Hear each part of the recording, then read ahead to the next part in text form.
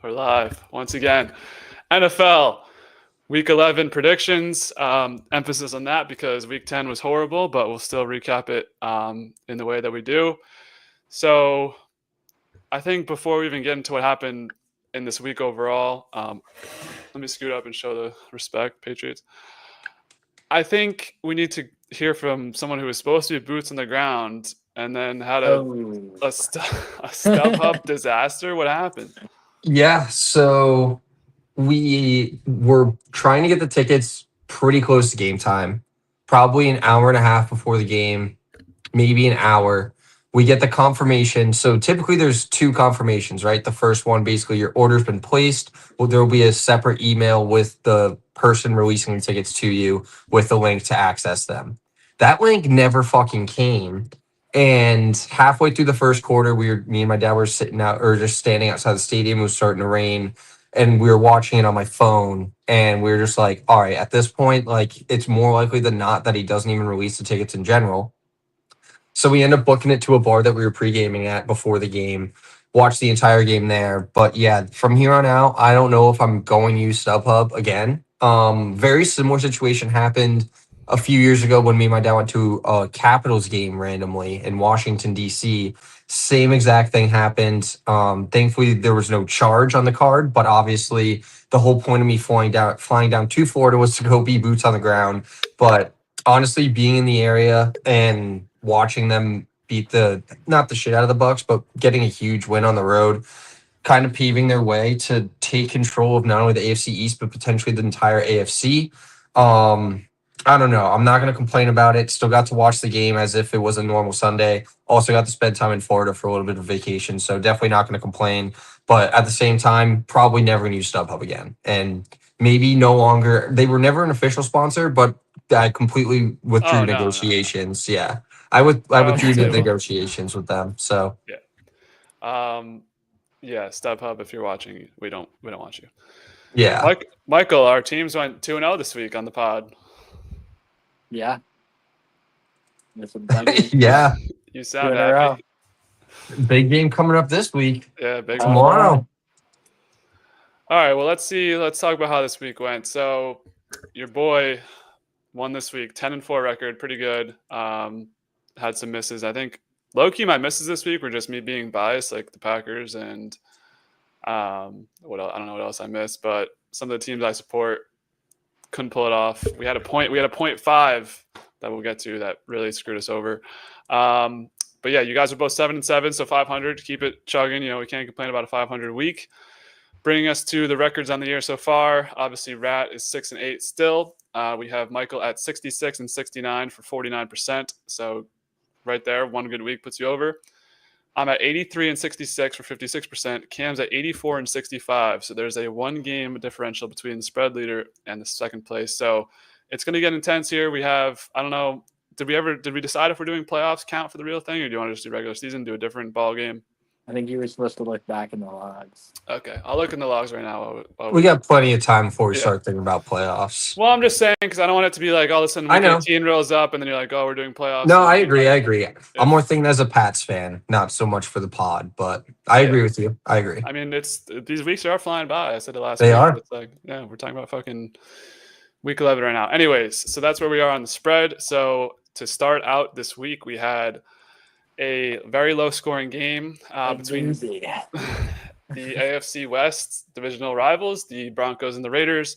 Got to watch this game with a Raiders fan. Y'all know who I'm talking about. That's a tough game to watch. Yeah, he wasn't having a great experience. Broncos win ugly again, and I think they have the same record as the Patriots at this point. Yep. 8-2. Yeah, the wins have looked a little bit less convincing, I'd say, but some could say they're playing against a little bit better competition to this point. Yeah, I mean, I think a lot of people should in games like this, but I think these games are fun. Like, these are the games you think about when there's nothing going on Thursday night in like 4 months, and you're like, man, I wish football was on right now. Like, you'd rather watch this than watch nothing. I like the defensive battles. I don't know if I'm crazy for that, but I don't need to see like 45, 44 every game. So I can appreciate this. It was a rough-looking game where even Bo, who like I've gained a little bit of respect for, he kind of didn't look great in this game, but don't think Geno Smith's the answer. I think Raiders go quarterback. That's all I kind of had on this one. I don't know if any extra thoughts on this doozy of a Thursday night game. I agree with you. Obviously much better than those Thursday nights, especially in the summer, where you're basically just hoping for NFL to start. But at the same time, I like those defensive battles if it's between two good defensive teams. I just felt like the Broncos were or at least obviously record wise, they're a much more dominant team than the Raiders. I thought if it were two like competitive teams fighting for a playoff spot, I would agree with you. I would have been a lot more intrigued, but with the Raiders being out of it, kind of looking toward the future, as you just mentioned, I thought Denver would have put on a little bit better display. However, that kind of makes me feel a little bit more comfortable with them potentially later on in the playoff hunt. So not many other takeaways other than that. Michael, you didn't catch this one, right? No, I did. I watched it. It was bad. I didn't enjoy it. Raiders had a tough missed field goal at the end. We tied the game. I mean, the Broncos did have the ball with a chance to go down the field and win it if they did make that field goal. But either way, it was not a good showing from either quarterback or either offense. I don't know if it was really a defensive showout or a bad offense showout, but yeah, I was not a fan of this game. It was a game that happened. I'm looking at the logs. So we did count every game as one part of the record. So this will extend into the playoffs. Less and less games. So it could get really intense at the end. But also, last year we didn't really have the most consistent panels from a week-to-week basis. This year we've done a lot better with that. So that's maybe explains that. I don't know if we want to switch it up, we can bring that up on next week or something. We go to Sunday morning. Germany was this one. This was the Jonathan Taylor game. Mentioned it on the top, off the top. The 0.5, 6.5 was what we had in the Dubcast. On my weekly pick'em, it was 5.5, so I got that win there. Didn't have as much luck in the Dubcast. Missed out on the 0.5 there, and we lost the spread. I think a lot of us had the Colts, not everyone. So I don't know. We've seen the Colts and the Patriots both have close games with this Falcons team. They're a little bit frisky. Michael, we'll go to you. I don't know if you watched this game, but does this give you more confidence in the Colts, or is this kind of just what you'd expect them to do at this point in the season? I watched this second half of this game at a Dirk Bentley bar in Nashville, Tennessee. And I was being roasted by the guy in the band for watching TV rather than watching the band. Fuck that guy. He doesn't know ball. Yeah. He doesn't know ball. But yeah, I was kind of impressed with how the Colts they wavered, but they were able to still pull through in overtime. Jonathan Taylor, 3 touchdowns, making that MVP push. Falcons, I don't really know what to say. It's just like Michael Penix can only get you so far. Like, they have a lot of good weapons. Drake London's still a dog, Bijan. But yeah, Colts, they are looking less juggernauty than they were when they were 7-1 or whatever, but they're still a good team. That might be able to make some noise later on in the year. Yeah, I know Dub hasn't fully bought in on this Colts team. I've been a little bit more bought in, but obviously fully not there yet. I do compare them. I feel like we've talked about it, how there's 2 separate buckets right now in the AFC, where it's those teams with the potentially inflated records like the Colts, the Pats, and the Broncos, and then you have, the powerhouses of the AFC for the past 5 years with the Chiefs, Ravens, and the Bills kind of falling a little bit behind in the record so far this year. But kind of similar to the Pats, I feel like this Colts team, no matter the schedule, they'll show ways to win that are somewhat impressive. As Mikey mentioned, they started off slow. Always those Europe games can be a little funky, but still battled through it, ended up tying the game going into OT, and then obviously scoring the game-winning touchdown, getting out of London or Germany with a W in the column. So not really much other to say other than that Jonathan Taylor is terrifying. And I know Pat's run defense has looked very well when it comes to the overall stat sheet, but at the same time, I don't think I know they played Bijan, but Bijan was a large factor in that game against them through the air as well. So I don't know if I'd want to see the Colts compared to those other teams that we talked about in previous powerhouses, but I think they're sneaky. They can definitely put up points. I feel like their defense can improve with Sauce if more time develops with him learning the system, but not many other takeaways other than that game. Feed me the Colts. If we get to play the Colts, I'll be so happy. That's all I'm gonna say. Okay. Daniel Jones is gonna melt like Sam Darnold did last year. I hope so too, but I mean 8-2, same record as you. I don't know. Well, okay. All right. Well, we have our first comment of the night. Michael, I love the Dirk Bentley bar. So did you have a good experience at the Dirk Bentley bar in Nashville? I did. It was a good time. Been there before, but What were you doing in Nashville? Just going to support the Titans? yeah. No, the Titans went by. you know. Went for a concert. Okay. Nice. Only All was right. there from late Friday night to early Sunday morning, so I didn't get a lot of time, but had a good time nonetheless. There you go. We love a day trip. All right. We had the 1 p.m. Y'all were hating on my Dolphins pick, and the Bills look pretty bad. I put it in the stream title. Potentially with the Packers, two teams that are not looking great coming off of, well, I think the Bills won a couple weeks ago, but the Packers 2 losses in a row. We'll get to them. I don't know what happened here. This was kind of like the game that was on one of the side TVs. I mentioned I was in Buffalo Wild Wings, and then it was kind of just like I was with a bunch of my friends, and I was just kind of like, oh, seems like the Bills will just come back at some point, right? Like I was even like, let's live bet the Bills. Didn't end up going through it that luckily. I don't know what happened. I think it was just one of those days in Miami where I think shit goes haywire kind of. And I don't know. The Bills are looking rough, man. This AFC East is lining up for the Pats. Potentially with their schedule moving forward. I don't know what the Bills schedule is looking like, but I They don't got know. the Bucks this week. It's definitely not as, I don't want to say easy, but more challenging for the Bills at least, as opposed to the Pats. Texans, know if- Steelers, Bengals, Pats, Browns, Eagles, Jets. Not too bad. Yeah, I mean, I was just like a specific part of this, but yeah, I was just getting the Bill. I was kind of in that same mindset where you just always expect the Bills to try and come back, especially against this inferior Miami team. The weather was gross, both in Miami and in Tampa, just kind of spitting out rain. Not that it's an excuse, but it definitely led to a lot of sloppy plays from Buffalo. And even they had some explosive plays. I don't know one, but if you guys saw, but they basically had a tush push and Josh Allen ended up running for like 25, 30 yards, then ended up fumbling when they're starting to make their comeback. And it just was kind of summing up the entire game where they're like just on the verge of coming back, but then they find a way to blow it. I don't give a shit that I lost this game against the spread as long as Miami beats Buffalo. That's the second tiebreaker too. I don't know if people have talked about that a lot, but if the Bills and the Pats end up having the same record, the tiebreaker will go in within the division, and the Bills have 2 losses currently, while the Pats have 0. So even if they potentially lost to Buffalo, then they would still have the divisional tiebreaker for the potential, divisional. Head first. Well, but it would be tied if the Bills beat the Pats. You know what I mean? That would be 1-2. But interesting point there.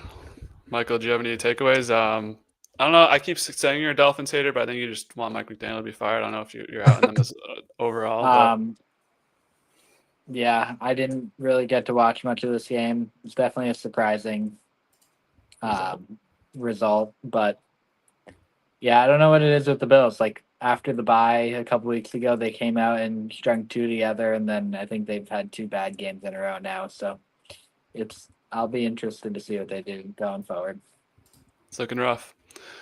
Another game we had at 1 p.m. was the Ravens. I think most people were on the Lamar just getting right back on track. The winning streak is afoot now. I think I think they won 3 in a row because they won a game with Tyler Huntley. But JJ seems like he's kind of an up and down quarterback right now. Obviously, coming off a big win over the Lions, then doesn't do much in this game. This game they had like blacked out in the Buffalo Wild Wings. So I didn't get a lot. There was like corner TV. So I didn't get to watch a lot of this, but kind of as I expected. Good win for the Ravens on the road. I don't know if anyone had anything else to add here.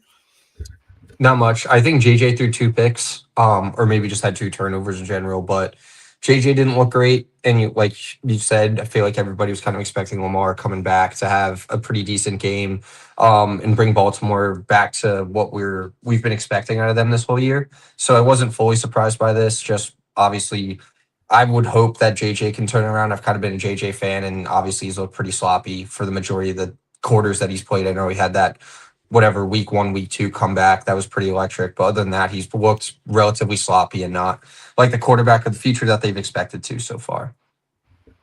Yeah, I'm always gonna say support the guy, or support the quarterback. He's Yeah. first year starting. I think it's his third or fourth game. So he's done some good things. I mean, he beat the Bears, who looked like they're a pretty good team, and he beat the Lions last week. So jury's still out, even though I don't want him to be good because he's annoying. But it is what it is. Now, one of the bigger games of the day, especially for us fans of the pod, Patriots, Bucks, massive win. Travion Henderson finally has arrived on the scene. Cam, we'll go to you here first again. What was the environment like in Tampa? I guess were there a lot of Pats fans around, or were you kind of surrounded by? Tampa and I guess Florida in general is, a lot of New Englanders go down, consider themselves snowbirds, go down to, Florida whenever the weather starts to get a little cold. Definitely, I'd say majority Pats fans, I'd say 60-40 at least. Just because that was, I think, one of their bigger games of the year. Good. And obviously, it's always nice to go down to a warm weather city for a away game. But the Pats looked obviously like it's a win's a win, but there's definitely what I like is there's things that they can clearly improve upon. They could have had this game sealed up. I think it was either late third quarter, early fourth, where Drake throws that pick in the end zone, which could have put him up by 2 scores. Obviously, they ended up getting that back. But yeah, I mean, he had some incredible throws. You mentioned Travion breaking out. I'm mainly concerned. I know that we're on a short week, which we can get into on the next segment, but also just their running back depth in general. Where Mondre's out this week.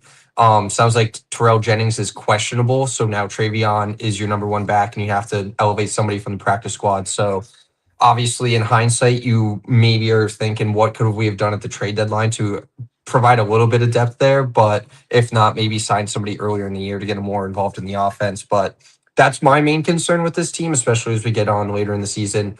But hopefully, Ramondre comes back and we can be more of a complete offense. But like you said, I mean, probably the biggest win other than the Bills so far this year, going into Tampa on the road. And this was kind of like, the Pats not coming out party, but I feel like they're actually considered contenders and trying to shut up the people that say their records inflated based off the schedule. But that's just my takeaways.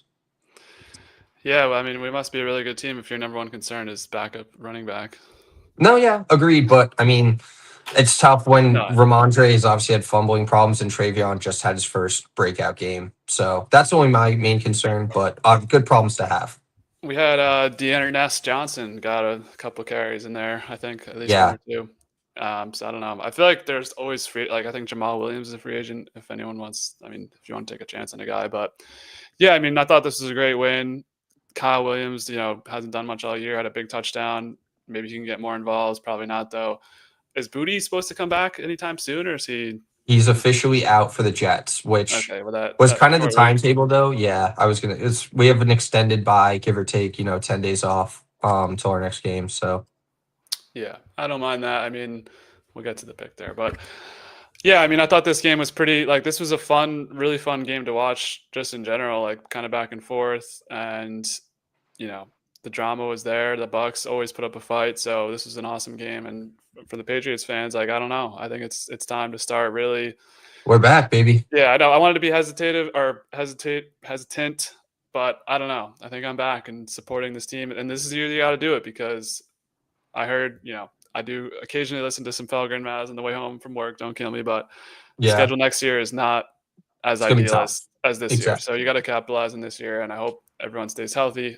Obviously, they've had some good luck with injuries and everything. So this might be the year. We might be back, which also could set up for heartbreak down the road. But we don't need to get too far. Yeah, we're positive vibes today. Positive vibes only. What's the win streak right now? 6 or 7? 7. That'll be done. Dude, don't pre-jump the. Yeah. Oh, my bad. Do you have any takes on this, Michael? Because we're kind of glazing the shit out of the Pats. I don't know if you wanted to provide a negative take counterpoint. Yeah. Not really. I didn't really get to watch a lot of the 1 o'clock window, so I don't really have many takes on that. Perfect. Just make a take, I don't know. Patriots will win the AFC. Wow. So all aboard the hype train. Let's go. I think he's doing that to jinx us, though. Team ride. Yeah, maybe. I don't know. Team right. Last week we all picked the Pats and they covered. I think Mikey Fair. was trying to hit us with the little jinx there, but it worked. All right, let's head out to another 1:00 game we had, which was the Chicago Bears and the Giants. Giants, man, honestly, I don't like their fans a lot. I deal with them on a day-to-day basis. I won't lie about that, but there are points and times you just have to feel bad. And, Giants fans have had it better than most people. They don't realize even winning a Super Bowl when you're like 10 or 11 is better than never winning one at all in your lifetime. Yep. And they've got 2 of those. So, but this franchise is once again fallen on dark times after, they had the playoff run with Danny Dimes and then a whole thing de-escalated. And now Jackson Dart comes in here. Neighbors gets hurt. Scatterbo gets hurt. Looks like Jackson Dart, or we know Jackson Dart basically isn't playing this week. He gets hurt, and then they blow another big fourth quarter lead, this time over the Chicago Bears. I kind of want to just focus on the Giants for a second, obviously because Daboll was fired as well. That seemed like that was kind of in the wings. I wish that happened a year ago so we could get him as OC, but it doesn't matter. It looks like McDaniels was a good hire anyways. So I don't know if you want to start with Daboll, Cam, or this game. I mean, this game was also on like a side TV. I don't even know if this game is on a TV. Yeah. Buffalo Wild Wings is a very weird setup, by the way. They have like 4 games on like all of the TVs, and then there's just like obviously most of them are Pats, but they just like don't have some of them on, which is weird because they have like 15,000 TVs in the place. But yeah, thankfully the bar I was at had this game on. I don't know if you remember, but I was leaning towards this as my survivor pick, and it was between them and the Panthers. Thankfully, went all in with the Bears. So 1 of 3 left in my survivor pool, and I actually miscalculated the pots up to like 850. So in a pretty decent spot right now. And Caleb obviously made that hell of a play. Even though I'm not a fan of him, extending the play, running for 20 yards, and then scoring a touchdown. I was a big Caleb Williams fan on last Sunday. Probably not going to be for the rest of the year, but like you said, focusing on the Giants, it's more of a question of where they turn to now. I'm not exactly sure who they're potentially looking at for head coaches, or I actually like Daboll. I just think that Giants position is such a tough place to succeed. And I think he had the worst record through 60 games out of anybody in Giants head coaching history. But at the same time, Daniel Jones didn't pan out, and he was working with Russell to start the year, and you all of a sudden have some promise in Jackson Dart, and then all of a sudden he gets hurt, and then you end up losing the game, and then you get fired. I don't know. I think he definitely has a lot of opportunity as either OC or maybe even a head coaching job. I think there will be a few more job openings at the end of the year, but also the rumor is potentially maybe going to college. So going to be interesting. I'm more focused on more of like the Daboll aspect as opposed to the Giants, just because I feel like the Giants are in a tough spot until I don't even know what I feel like they need to improve at almost every position other than quarterback, unless you're not a fan of Jackson Dart. But I feel like you got to kind of wait it out at this point after spending a first-round pick on him, and he showed a little bit of promise. But other than that, I don't really have any other takeaways unless you had any additional thoughts, Mikey or Dub. Well, Michael, I was going to ask you, because you're out on the streets usually, who are like the coaching candidates that people are looking for in the cycle? Is there anyone that's popped up yet? I don't think so. I think no, I don't really have anyone for the Giants specifically. But I have heard college though. Oh, for Daboll? Oh, you mean college head coaches? Yeah. Okay, could be an interesting, because I don't think I've heard anything about some guy like. Neither have I. Yeah, so we have this job open. The Titans is open. Is there one more? I think that might be it right now. I think that's it for now. Yeah. Yeah, I mean, Cliff Kingsbury could get another job. Possibly not after this time year, around. probably. Fair. Probably next cycle if they go back to being the Commanders again. The Skins, but yeah. Right. I mean, the Bears also. I did want to just touch on the Bears really quick. They have 3 losses? Yeah, they're playing pretty well. They're tied for the lead in the NFC North, which is absurd. Yeah, I think that's more indicative. I know we've kind of talked about it a lot with the AFC, but more on their record. But I feel like there's a massive gap between the Bears and the Lions, and especially within that division. And then even the Packers. I know they've struggled the past couple of weeks, but I would much rather be in the Packers position than the Bears. Yeah, I mean, they're tied with the Lions. The Packers have that tie, so Yeah. really, I mean, that's probably the best division in football head to Yeah. toe. So interesting stuff there. We go to a game that we don't have to spend much time on. Cam, your hometown team as of right now, the Panthers, surrounded by the Carolina fans. They took an L to the Saints, and there was I would say, at least 70-year-old man who was a Saints fan, and he was just by himself at a table drinking a beer, watching the game. And then at the end of the game, he's like, "The Saints won." He like high fived all of us. He's like, "You guys got a real quarterback." It was hype. So I was happy to see the Saints win. I feel like for some reason I remember picking the Panthers, but I picked the Saints. So Tyler Shuck is here and has arrived, and Michael, our Bryce Young stock took a hit. Did he even play this game? It was like this was a very weird game. Yeah, I honestly I think don't the remember. Panthers have not scored more than 13 points in like 4 weeks. It's not looking good. I mean, they beat the Packers doing that, but yeah. Yeah, I mean, Yeah, not let's much not. Let's from me on skip this. this. Okay. Skip this down. That was a good anecdote, though. Yeah. What about this one? The New Yeah. York Barn Jets. burner. I took Jets money line, man. I was hyped. Attaboy. This was the second TV, so the way like I had my thing, and it was Pats on big TV, Jets, Browns on other TV. A lot of kick returns early from the Jets, I think. Kick and punt. It was yeah, double if you had Jets defense streaming them in fantasy. Will McDonald had 4 sacks. Yeah, Really? this was a good game, back and forth. Dylan Gabriel didn't play. Dylan Gabriel didn't play horrible. No, the best was Justin Fields with 5 yards passing at halftime. I saw one stat where, other than the Brees Hall screen, he had 10 total yards of passing throughout the day.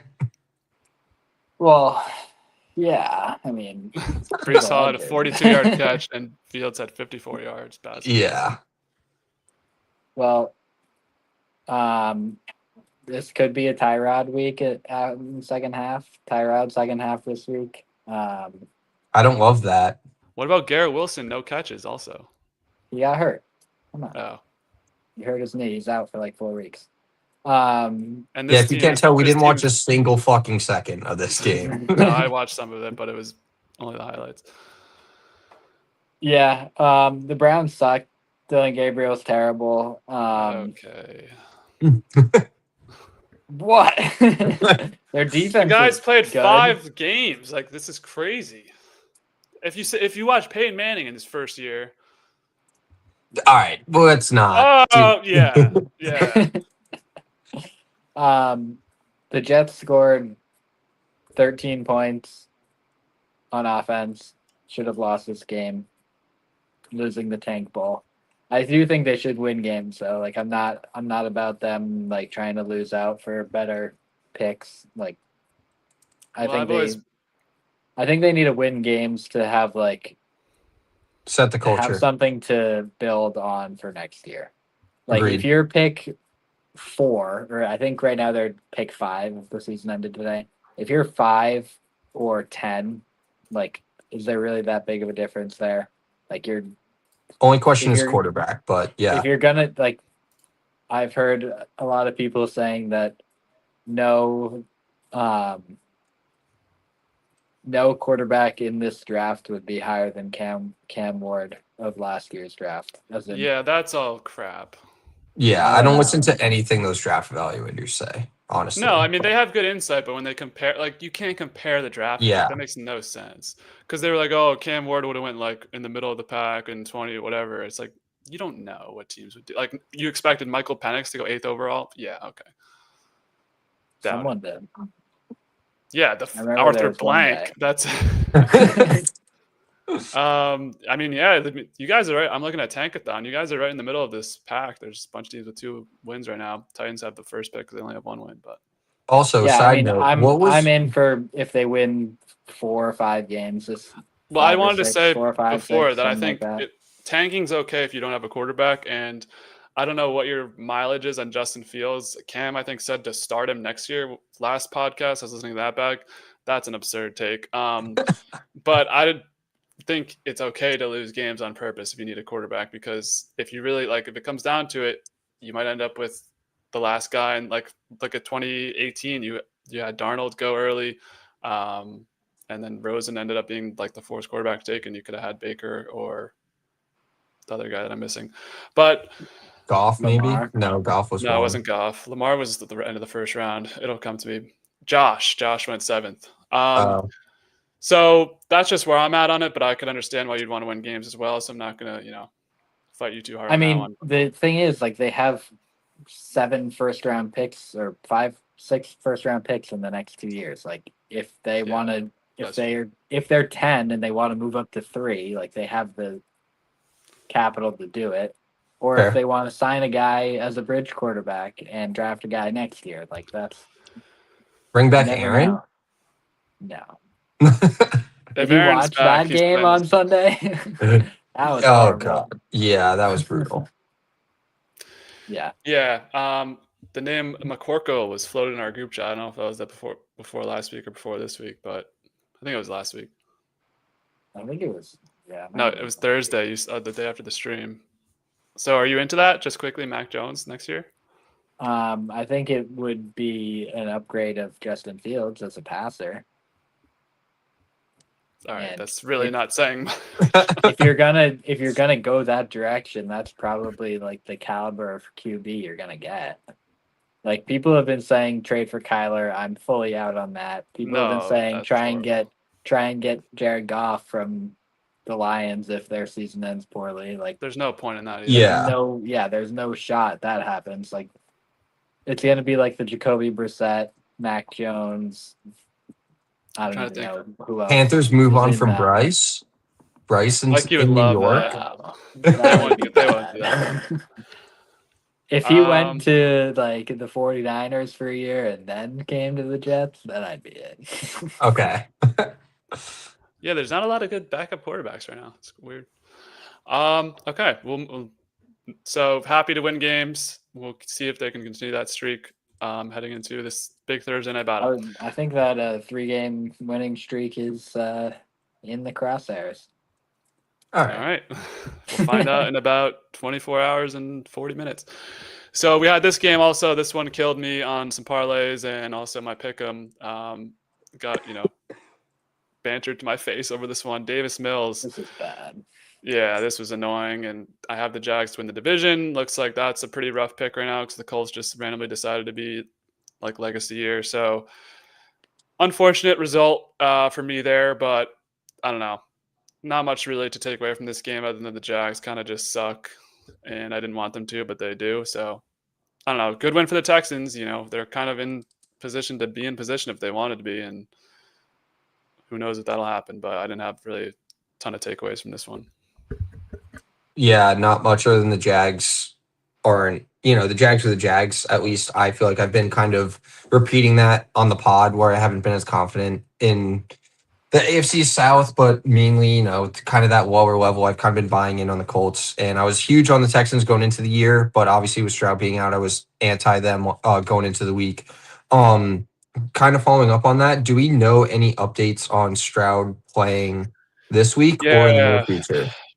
So he was questionable on fantasy, and he was supposed to get points at the beginning of the week. I haven't looked into it. I'll look him up right now, but I feel like the line indicates that he's going to play, but I don't know. Texans facing likelihood of being without CJ Stroud for a second straight game. Houston Chronicle.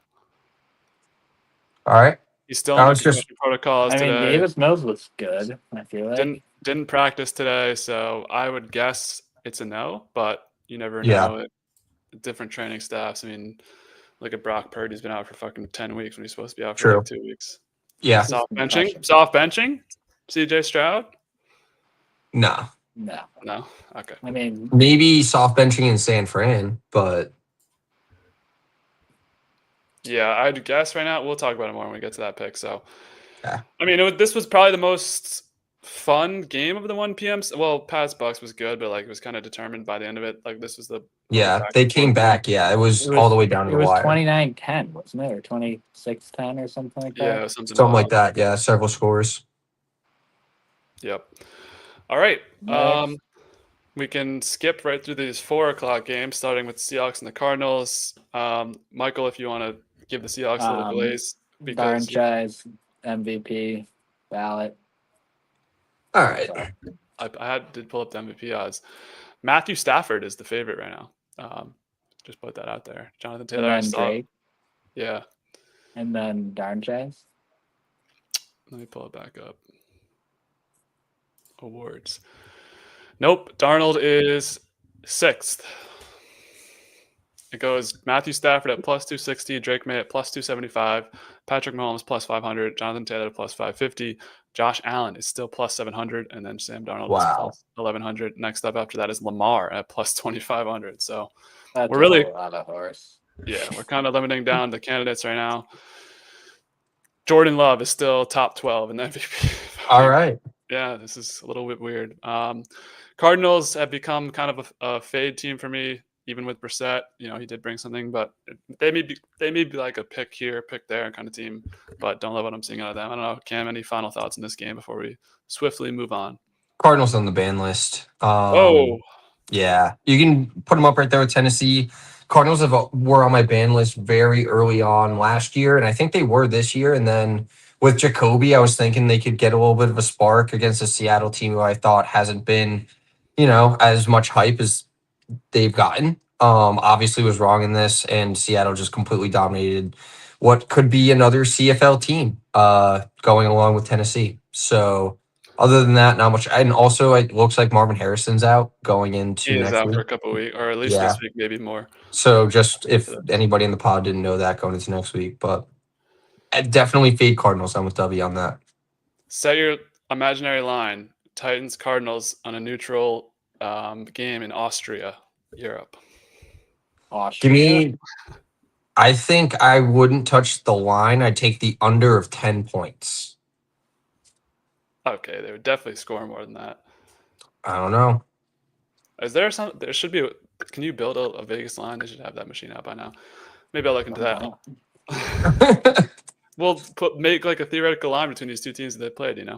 I think it's -1.5 either way. Depends on it. You said neutral site, so I guess I would lean Cardinals just because I have more faith in Jacoby than I do Cam Ward. But I mean, I would not watch a second of that game, so I don't really think it matters. All right. Next game, 4:00 slate was really delivering. Yep.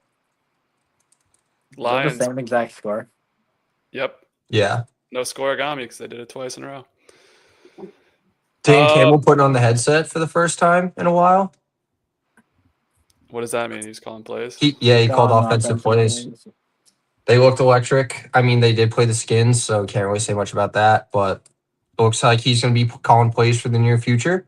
Something to maybe keep an eye out on, but got everybody involved that wanted to be involved. Obviously, they have a lot of star talent on the offensive side of the ball, but everybody contributed and scored a touchdown pretty much. So going to be interesting to see. My Focus 5 this week. Yeah, exactly. He was just going to allude to that, but yeah. Yeah, Mariota. Free Mariota. Yeah. I don't know what happened to Commanders. It's just like, I guess, Skins. Is Debo healthy? Is Terry McLaurin healthy? What's going on? No, neither. Yeah, I'm pretty sure they're both hurt. They're not playing? Jeez. All right. Last one, probably the most interesting. We don't have to skip this one. This is interesting. It's Mac. It wasn't really close, though. I mean, the Rams are, call me crazy, are the Rams the Super Bowl favorites right now? I don't think that's crazy at all. I think they've played the most consistent on the NFC side, and their offense has looked extremely dynamic with the addition of Devontae and then Puka obviously maintaining his success from the past 2 years. And Stafford doesn't look like he's aged. I'm more concerned about playoff football. I know they're in a position to host at least the majority of home games. But if the Eagles or, somebody else in colder weather ends up getting that top seed over them and they have to go visit, play kind of like similar to last year, played the Eagles in the NFC Championship, got into the snow, and then basically had the game and then had a turnover late that ended up sealing it for the Eagles. So I don't know, but they're a fun team to root for. They're very electric when it comes to their offensive side of the ball. I haven't paid attention much to their games because obviously they're West Coast, so it's kind of tough watching all of their games, even if they're at 4:00. So like I said, dynamic offense. Don't know fully how their defense is, but I think they've been the most consistent team on the NFC side so far. I thought you were a ball supporter. A ball supporter? You don't give a crap about if they're West Coast. What does that even mean?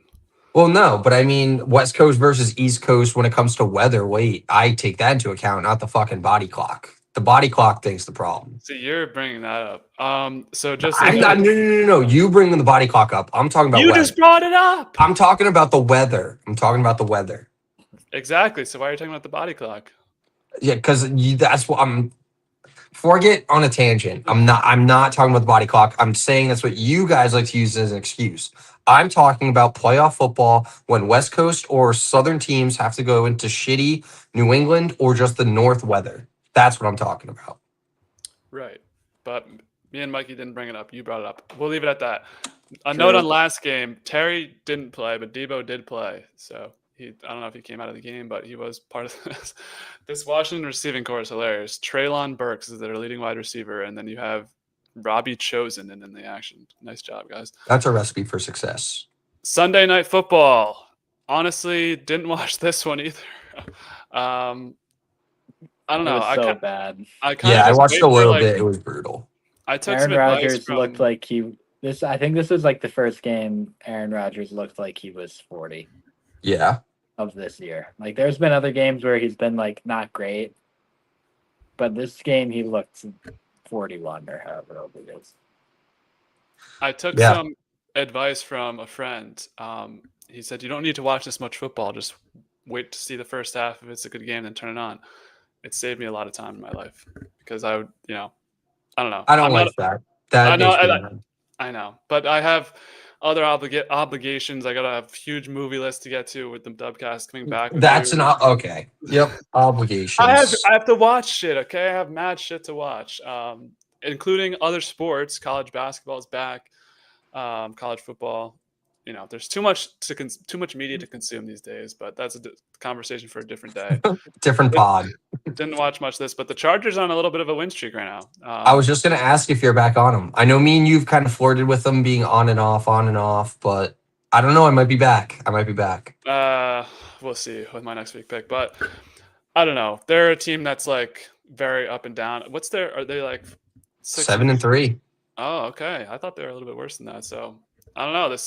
A lot of close divisional races where you have the AFC West. Yep. AFC East, obviously top tunes.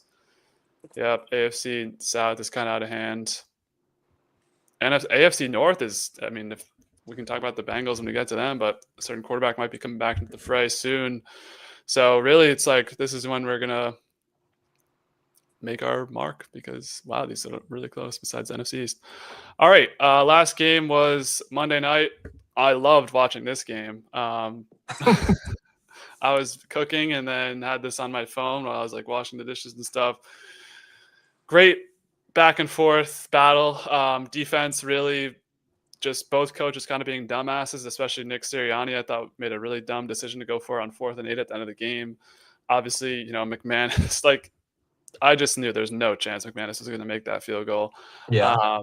But it was fun to watch. I don't know. As a Packers kind of supporter, I do have the Super Bowl. Both teams were in it the whole way. It's like anything could have popped off at any moment, just didn't. I hate the Packers because they have all these wide receivers, and all of a sudden they are trying to. Who's that one guy that kept trying to throw the ball to? And there was like, dude, nobody cares. Troy Aikman kept calling it out. I forget. Like Malik Heath or something. It's like, dude, you have all these guys, and so frustrating. Feed Malik Heath.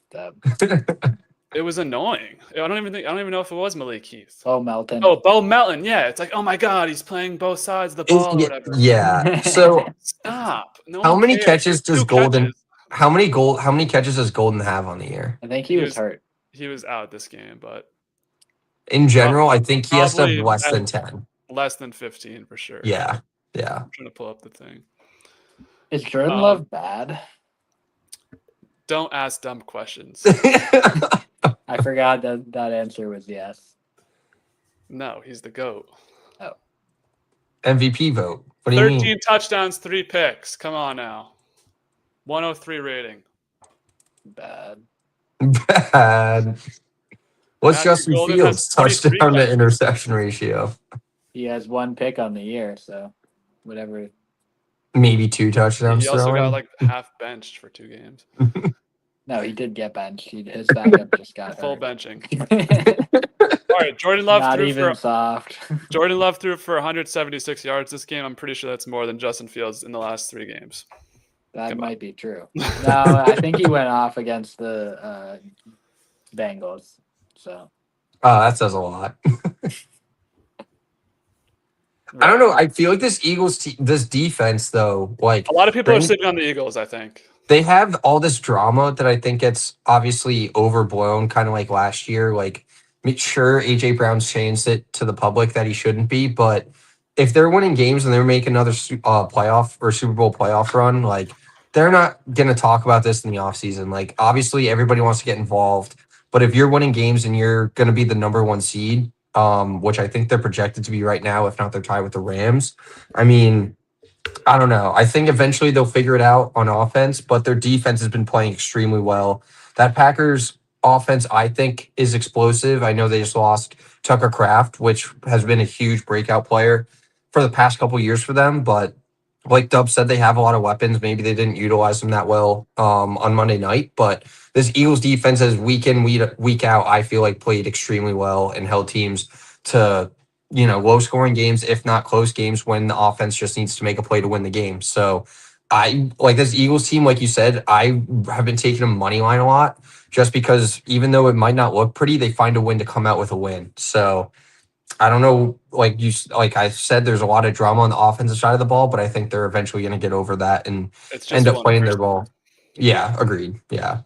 But I don't know what his deal is. I don't know. But yeah, I mean, I feel like people are kind of sleeping on the Eagles where all of a sudden they're just 7-2 again. Like you said, probably the top seed in the NFC. They're gonna most likely break that streak of, I think, the NFC North or NFC East that a bunch of years back to back where a different team wins. Looks like they're gonna win yeah, that easily again because the Commanders are hurt, Giants are hurt, and the Cowboys are just the Cowboys. So we'll yeah. see if something happens, but in all likelihood they'll win the NFC East. All right. Before we transition to next week, we had some comments that I missed. So the Washington Commanders will have a first-round pick. Actually, let me pull up Tankathon. Right now, they'll be picking 8th. So that seems a little bit high for Carnell Tate. I haven't studied this draft class looking at this comment. I'll pull up a mock maybe. But I'd love to hear your thoughts. Michael is always trying to fire coaches. What do you think? Matt LaFleur, job on the line? No. What would it take for Matt LaFleur Matthew. to be? I had Matthew Golden on the mind. Matt LaFleur to be fired, do you think? I don't think that they'd miss the playoffs. Yeah, I think they'd have to either lose out or miss the playoffs. I can't imagine them getting rid of him. Like first round bad loss or just miss the playoffs. He's been there for too long and has too much built up. And then immunity and it success. goes back to our previous conversation of who do you bring in too. Like maybe you want to bring in Daboll, but at the same time, Jordan Love's been with the floor since he was a rookie. So I don't know if you want to mess around with that, even though maybe they haven't had, the expected success this year being, Super Bowl quote unquote contenders, especially with the addition of Micah. But I don't know. I just can't see that happening at all. Yeah, that's my problem with the college thing too. It's like, who are you hiring? Yeah, agreed. So I'm in the same position as you. James Franklin. Yeah, James Franklin of the Pack. No. All right. Well, that's week 10. Kind of a fast recap. We did a good job being faster, but there also just wasn't that many good games to talk about this week. Hopefully week 11 provides something Usually better. we're at an hour, so we beat it by 11 minutes. All right. Good analytics there. Our first game of the night is a first-time matchup this year between the two teams of the podcast. Obviously, for those, if anyone at this point is uninitiated, Michael's a Jets fan, and me and Cam are Patriots fans. So, set the stage here a little bit.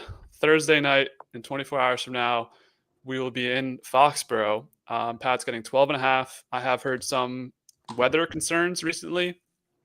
Now, 12 I saw 13.5 the last time I looked. Okay, we'll go to DK. I think it opened at 10 and it's just dropping. We back to green on this podcast. So Cam, the stage is yours here as our spread leader for now. Only a 1-game lead, but you get to tee us off here.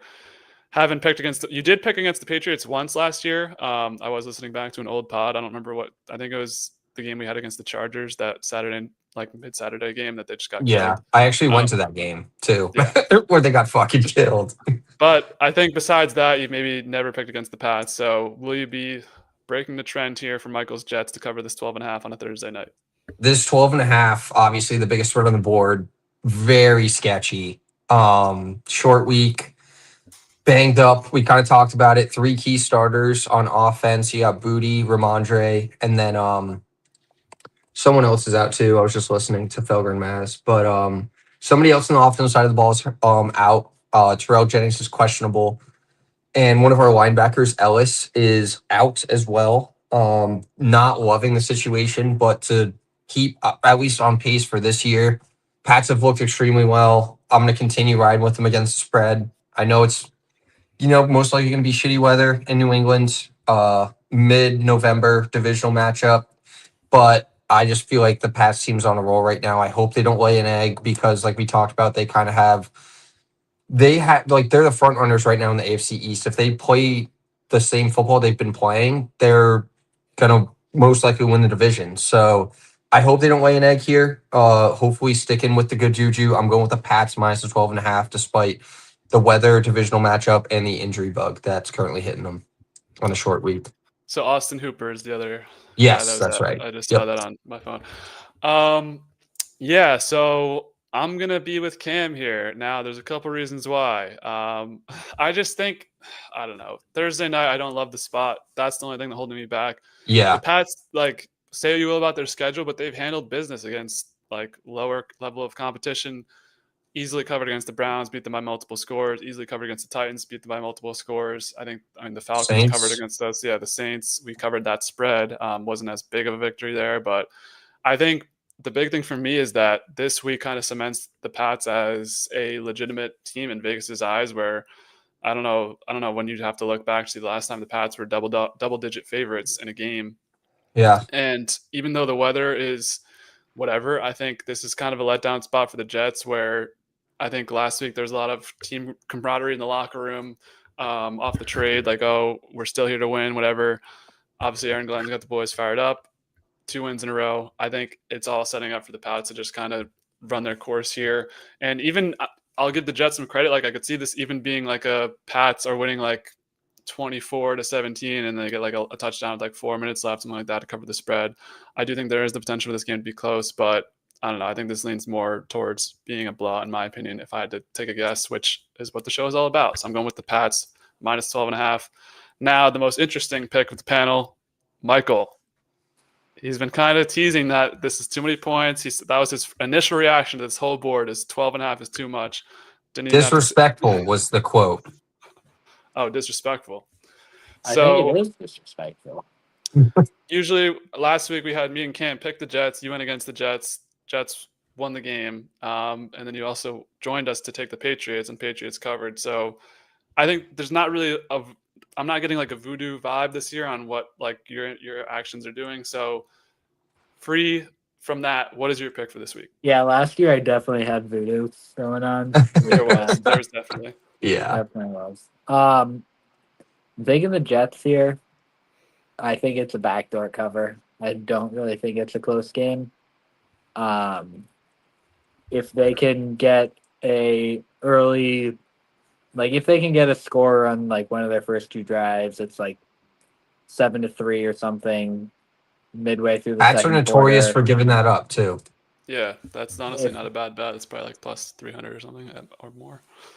Like if they can do that, their defense can get after it. If they stick to the run game, I know the Pats have not let up a 50 plus yard rusher this year. If they can break that trend, I think they have a good chance of covering this one, slowing it down, not letting the points get too high, because I feel like if they have any chance of covering and or winning this game, it's got to be like a 23-20, 23-17, something like that game. But yeah, I'm taking Jets.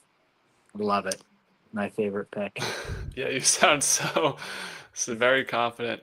12 and a half's a lot. 12 and a half's a It lot. is a lot It of is. points. And usually I'm one Thursday, from Yeah. I feel like all of the Thursday games have been Duds. not 2 weeks ago, and and the or Ravens just destroyed the Dolphins. weird. Also, Fair. know, Yeah, that's fair enough. Jets' first drive result: touchdown plus 481, field goal all right. attempt. I don't plus think that they're scoring a touchdown on there. I'm pretty sure we've given up points on every single first drive, whether it be a touchdown or a field goal. I think we might have stopped the Falcons because I said that week that you should take You did? Falcons first. Oh, First drive. I don't know. Field goal attempt plus 433. I feel like that's not a terrible bet, but we'll have to see what happens. All right. So split house in the first game. We have one more international game. I love when the windows stop. So no more international games. No more having to worry about Sunday. Honestly, I don't think I watch any of the Sunday games in the morning, and I will be continuing that trend this week because we have the broken Commanders versus the broken Dolphins. Starting this one out, I'm going with the Commanders. Give me Mariota. I don't know. I just feel like they are due for a win. They've been really playing shitty the last couple of weeks, and the Dolphins just beat the Bills, so it's an easy letdown spot. Got that on the mind. McDaniel's got the job secure. Tua's got the end of the year secure. I think I want to see Quinn Ewers play just because I think it'd be interesting, and the Dolphins are kind of boring right now. A-Chain has honestly looked good though, so this is Vegas is indicating it's a back and forth game. I think they're giving the overall blip to the Dolphins because of last week. I think that's maybe too many points in my opinion. I'm going with the Commanders to cover 2.5 points. Michael, what do you think? Taking the Dolphins here. Zero faith in the Commanders and or the Redskins and or the Skins. nice. Donald Trump stadium. That would be electric. Not to get political. Yeah, we did that last time. Come on. Come on. Yeah, I'm taking the Dolphins here. I think it's more of a fade Commanders than a pick Dolphins, but yeah, that's where I'm going. Cam, you have a I'm going. Yeah, I'm going with Dub's side here. Think this is a huge letdown spot for Miami coming off of a, divisional disruptor win against the Bills. And it's also, you never know what's going to happen in that Europe game. I think Dub kind of alluded to it. I think that's a lot of points too. 47.5 is what I saw it at. I think it's a very high total for this game. I just don't have faith in this Miami's team's consistency. And not that Washington's been much better, but the Skins have Mariota, and I think he's honestly a better quarterback than Tua. Maybe a little bit of personal bias there, but I would have taken Washington. I thought the wrong team was favored in this matchup, honestly. So when I saw Washington plus the points, I said, gimme. So I'll take the Skins plus 2.5, please and thank you. Yeah, 2.5 isn't even that wide, but it feels like way too wide. Like this should be like minus 1.5 or less. Michael, bridge quarterback Mariota to the Jets? No. He's an improved Justin Fields, I feel like. No. Definitely He's like a better passer. 36. Yeah. He's the same age as old. Jameis. He's like 31 or 32. No, yeah. Jameis to the Jets is what I'm 35. banking on. Jameis That to the would be Jets. hype. Yeah, we forgot about Jameis. Jameis to the Jets would be the best Or signing. I just thought of this one. Complete the arc from a couple years ago. Russ to the Jets. How old do you think Mark? I think Russ is cooked. I think Russ is done. No, 32 if or they trade for 33. Russ, then I would quit. I think Russ is getting cut. I I don't know. thought you already lost all love for football, and then they went on to trade your favorite player and the franchise player. But they're back. They're back. 2 wins in a row. They're about to cover 12.5 too, according to Michael. Yeah. My guess on Mariota was 32 or 33 He's years 32. old. Okay. Yeah, I saw it today. Jameis is 32. All right. So the international window's over. Madrid. That would have been sick if I was in Madrid for this game. Not really, because it's a dog shit game. 1 p.m. Bucks and Bills. Bucks get 5.5 points going to Buffalo. Both teams coming off of tough losses for different reasons. Bucks ultimately couldn't keep up with the Patriots at the end. Bills get nearly, some say, blown out by the Miami Dolphins. Michael, we start with you here on this 1 p.m. slate. What do you say here? I'm taking the Bucks. I think, like, the loss, coming off the loss aspect, I think the Bucks coming off their loss are a lot, their heads held high a lot more than the Bills. The Bills was like an insulting loss, I feel like, and it's been 2 weeks of them not looking great.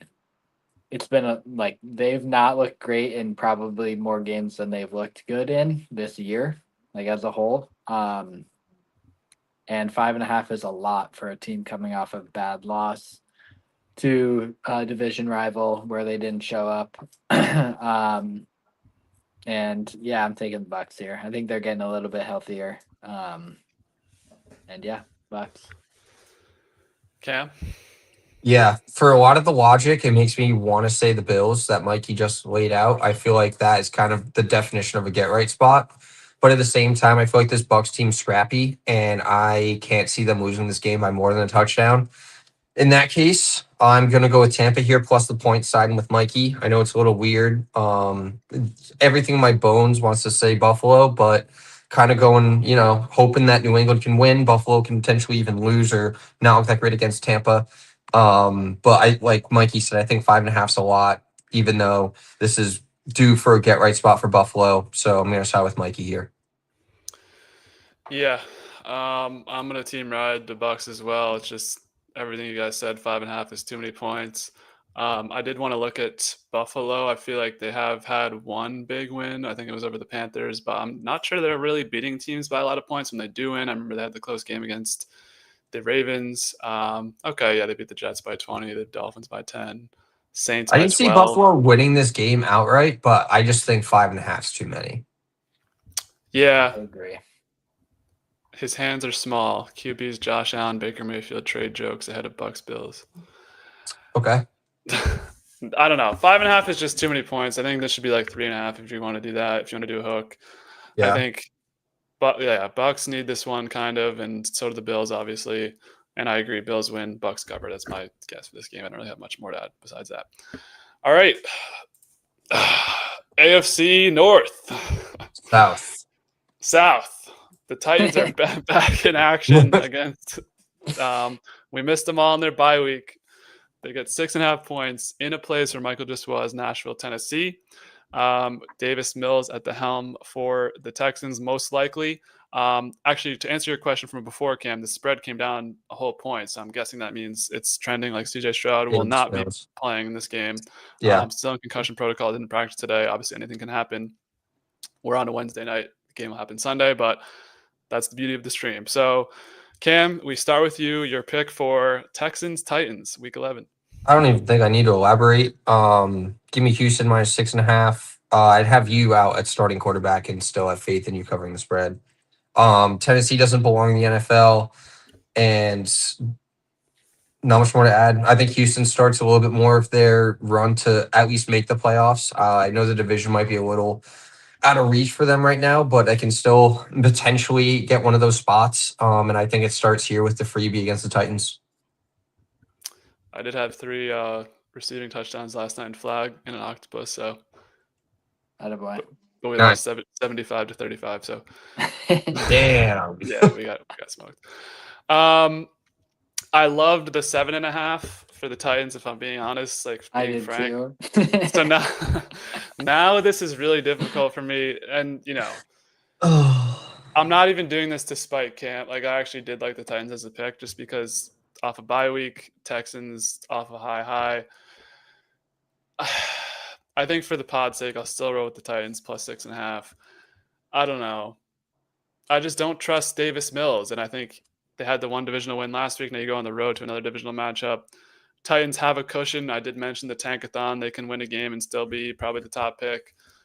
I think the Titans go out and put in a good battle here and cover 6.5 points. It's crazy to say. I don't know. I'm just not – I can't quit the Titans, man. I don't know. These lines are too appetizing. So, Michael, we go to you to break this tie here. Contentious one. Titans are always a contentious pick. What do you think? I think I'll wait for Cam to get back to I also really like the 7.5. I said last week I'm never going to pick the Titans or the Texans again, and I'm not going to. So I'm taking the Titans here. The Texans are just a team that, like,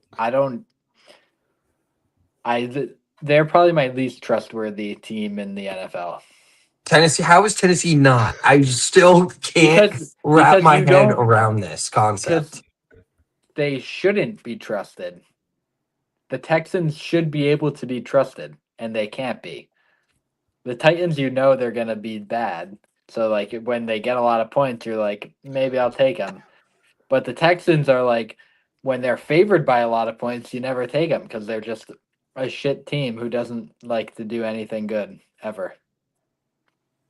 See my logic? Except win No, this week. you just openly admitted to Tennessee being terrible, and then you're like, Yeah, I'm actually going to go with the other and team. also the Texans can't cover big spreads. Texans won the first game 26-0. This is a get back spot for the Titans. Yeah, just Okay. like the Falcons later in the week. Yeah. All right. Well, the house is split on the Tennessee Titans. All right. Well, we have another game with the New York team, the Giants. The Green Bay Packers visiting in town. For me, this one's obvious to me. I'm taking the Green Bay Packers. Big get back spot. This is it. I think this is going to be the blowout where they've always kind of played down to competition. I think it's time to really wake up, and you need this one over Jameis. I think Jameis can give him a couple opportunities too. This will be a fun game to watch, honestly, because Jameis will score points at will. Well, not at will, but like he will score points. So I think this will be a high-scoring matchup potentially, or just a really slow defensive matchup. But I don't know. I think the Packers win this game. It's going to be tough thinking about it now after watching Jordan Love get killed kind of by that Eagles defensive line. I think the Giants still have a very good offensive line. But I think this is automatic Packers for me, just the spot they're in, and the Giants have free-falled. They do have the new head coach boost, Mike Kafka, but we've kind of almost extinguished that theory on this pod. So I'm going with the Packers -7. Michael? Yeah, I do. I think I picked this before the firing news. So, I'm still taking the Packers. I don't think with Jameis being the starting quarterback, that makes me have zero faith. Like we saw the Packers defense last week let up 10 points or 7 points, whatever it was. And they're going to be able to basically suffocate the Giants. James is going to try and chuck balls. Maybe we get a little pick six. Maybe we get some turnover heavy game. I think the Packers take this one easily. Okay. Team Rod. Love. I was nervous putting my focus 5, honestly, but maybe a little asterisk. Mikey just alluded to it. Green Bay, anytime defensive touchdown. I feel like the odds might never be that good with Jameis at the helm, but this is probably my second favorite game in the 1 o'clock slate, just because Jameis will always provide a little bit of entertainment factor. But Dub was right. Definition of get right spot for the Packers after, playing close against the defending champs. I think this is the perfect time to get your momentum back and your confidence back against a team, like you said. I feel like we kind of put the new head coach rest to bed or boost to bed. And then you also have Jameis, your backup starting. You have your running back hurt and your number 1 wide receiver hurt. Defense looked like shit all year. I think Green Bay absolutely steamrolls them. I think 7 is honestly pretty short. So give me Green Bay minus the points here. Packers defense / special teams to score anytime is +450 on DraftKings. That's so low for a defense to score. I think the Pats were kind of around the same. I was looking earlier. Really? I think they're like +500. All right, we continue on in the 1 o'clock slate. We have an NFC North divisional matchup. This is a rematch from Week 1 where the Vikings pulled off the win in a Monday night thriller, some would say. Michael, we start with you here. The Bears going to Minnesota. What do you think about this game? Taking the Bears.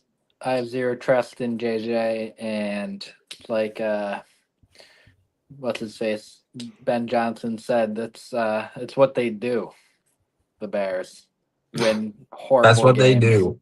That sounds cringe. Are gross that they should definitely have lost and then somehow pull off a victory. So getting points here, I think Bears get it done. Cam? Yeah, I think this is a bounce back spot after that tough loss they had earlier in the year. I feel like JJ's kind of come into not his own, obviously, but like what we've been expecting from his first year starting. I feel like he might still be, lingering with that injury, or maybe he's just not the quarterback we expected, at least to come onto the scene right away with Kevin O'Connell. So I'm going to take the Bears. Haters, man. I'm a fan of JJ, honestly, but I just feel like the expectations are maybe too high with Kevin O'Connell, especially moving off of Darnold in the year that he's having right now with Seattle. So I like the Bears here, like I said, to try and even up that head-to-head matchup with Minnesota, even though they're on the road, playing pretty well as of late when it comes to finding a way to win. So I think they do the same here. I would have thought they would have been favored in this game, honestly. So when I see plus points, I'm going to take them. Yeah, that's exactly why I'm taking the Vikings, because this line doesn't really make a lot of sense. I also think the Vikings have been they've been like they lost the Eagles by 6 points, lost the Ravens by 8 points. Like they're right there, and they lost the Steelers by 3 points. I mean, other than the Falcons and Chargers loss, like they're right in there, one possession losses. So for me, adding in the fact that the Bears are also 6-3 or 7-3, whatever we said before, it's the Bears. They're due for a little bit of a come down spot. So obviously, this line being 3 points means it's going to be whoever you think is going to win. And JJ McCarthy's been kind of up and down. We saw the ups in the first Bears game. We saw the downs in the next game against the Falcons.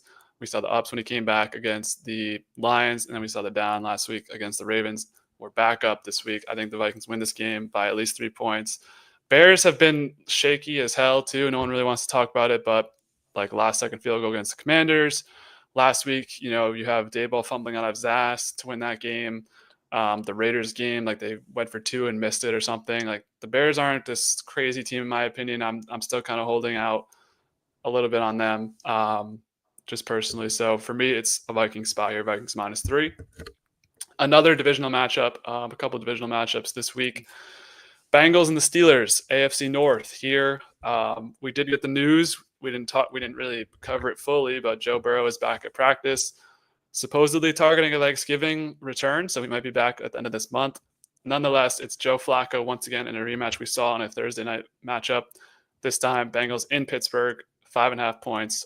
Cam, we'll start with you. What do you think for this one? I'm going with Cincy here plus the points. Divisional matchup.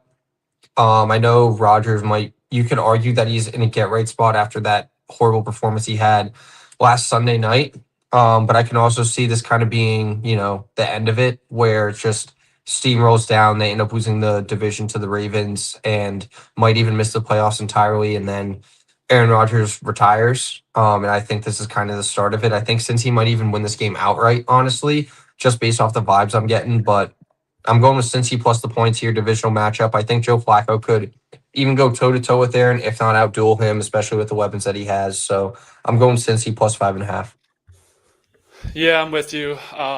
The alarm bells are ringing a little bit just because the Bengals won the last matchup, and 5.5 seems like too many points again, kind of just like that Bucs-Bills game.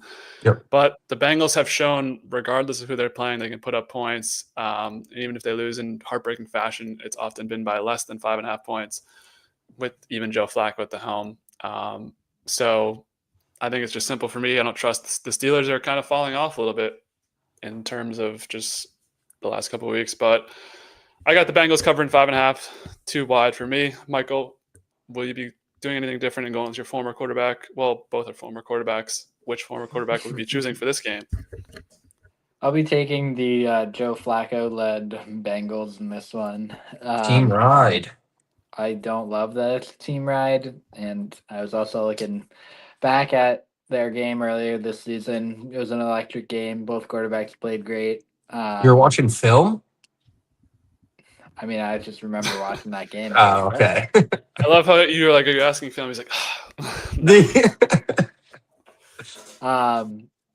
yeah, but that game was awesome. I remember, I think I came on the pod after that week saying that it was the best game I watched all year. Does that still hold true? I mean, I watched the Jets win a game, so. Oh, okay. Ooh, 2 games. But yeah, You're on a flight. I'm taking the Bengals. I watched them beat the Bengals. Come on. Okay. Okay. Yeah, Steelers looked really bad Sunday night, defense and offense, and obviously they're going to be able to move the ball against the Bengals, but I think the Bengals have shown that they can score with teams. And the Steelers, even if they can move the ball, they've shown that they can score 25 or 27 points in a game and never get up too high. They always get a little fumbly or throw a pick or two. Yeah, it's just the Steelers need very specific circumstances to cover by this much, I think, and I don't think they will. Okay. Little group ride action there. We head to another matchup. I think this is still 1 p.m. The Chargers and the Jaguars in Florida. I'm going with the Jaguars +3. Cam, you were mentioning earlier, I don't know if we trust the Chargers. I do trust the Chargers to an inherent level, but they've won too many games in a row where I know just following their movements this season, they'll somehow fuck up this game. 3 points is enough for me to say that the Jags will cover that. Plus, factor in the Jags coming off of a heartbreaking loss last week, needing wins to keep up in the AFC playoff picture themselves. I don't know. This might be a shot in the dark, but I'm going with the Jags +3. Just made the most sense to me this week. Michael, back to you. What do you think? I'm going with the Chargers here. I think they've shown a lot more, and the Jaguars have shown past couple weeks that they are not good. And just blow a lot of games. Travis Hunter out for the year. I don't know if we said that earlier when we were recapping. We didn't. That's a blow for them. I don't know if it's a blow so much for on the field play, but definitely for vibes and feeling around the team. And the Chargers are on a good win streak. I don't think the Jaguars defense is as wanted as I thought it could be earlier in the year. And the Chargers have been able to run the ball with Vidal and the other guy, Rodriguez. They got a new kid, or something like that. Which has been good to see out of the Chargers like that.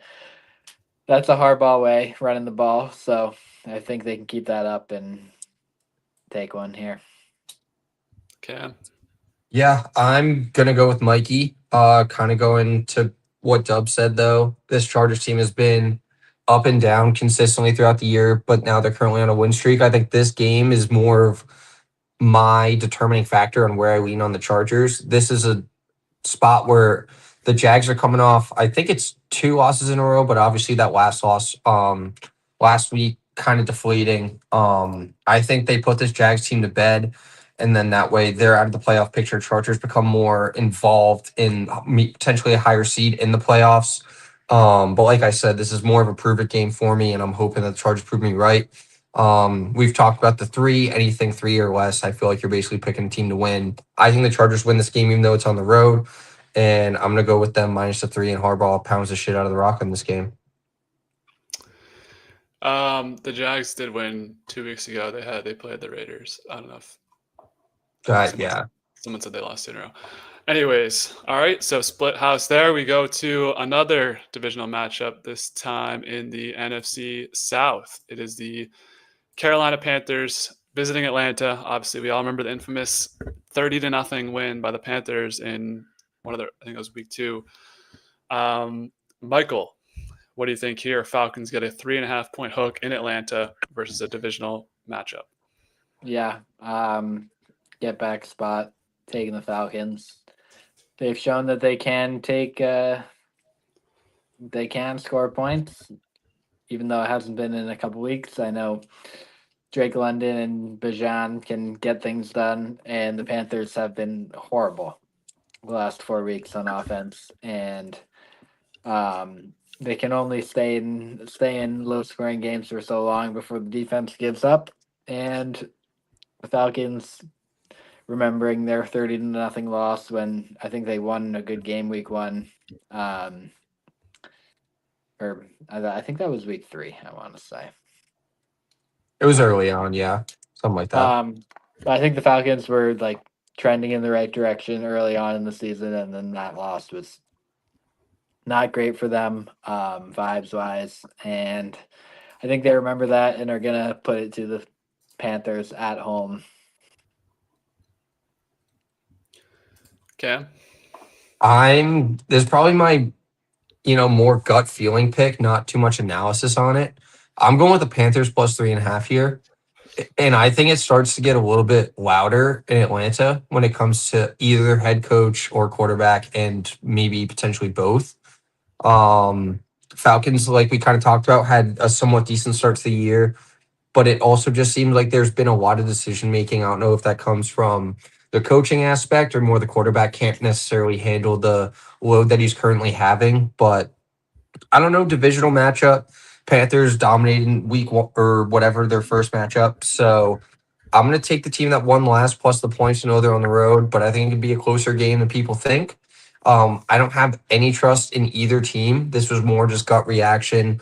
And I feel like Carolina has more confidence in their head coach and Bryce Young. I don't think they're going anywhere anytime within the next year, at least from what I've heard from the fans around here. But I feel like in Atlanta, I feel like it'd start to get the heat a little bit more turned up, even though Raheem was just hired beginning of last year. But obviously they took a huge swing on Penix, and it doesn't really look like he's panned out necessarily. I know it's still very early on in his career as Oh a my starting God. quarterback. I'm not a lefty quarterback guy. You give me a lefty quarterback, I want to either cut him or just never play him, just sit him at third string.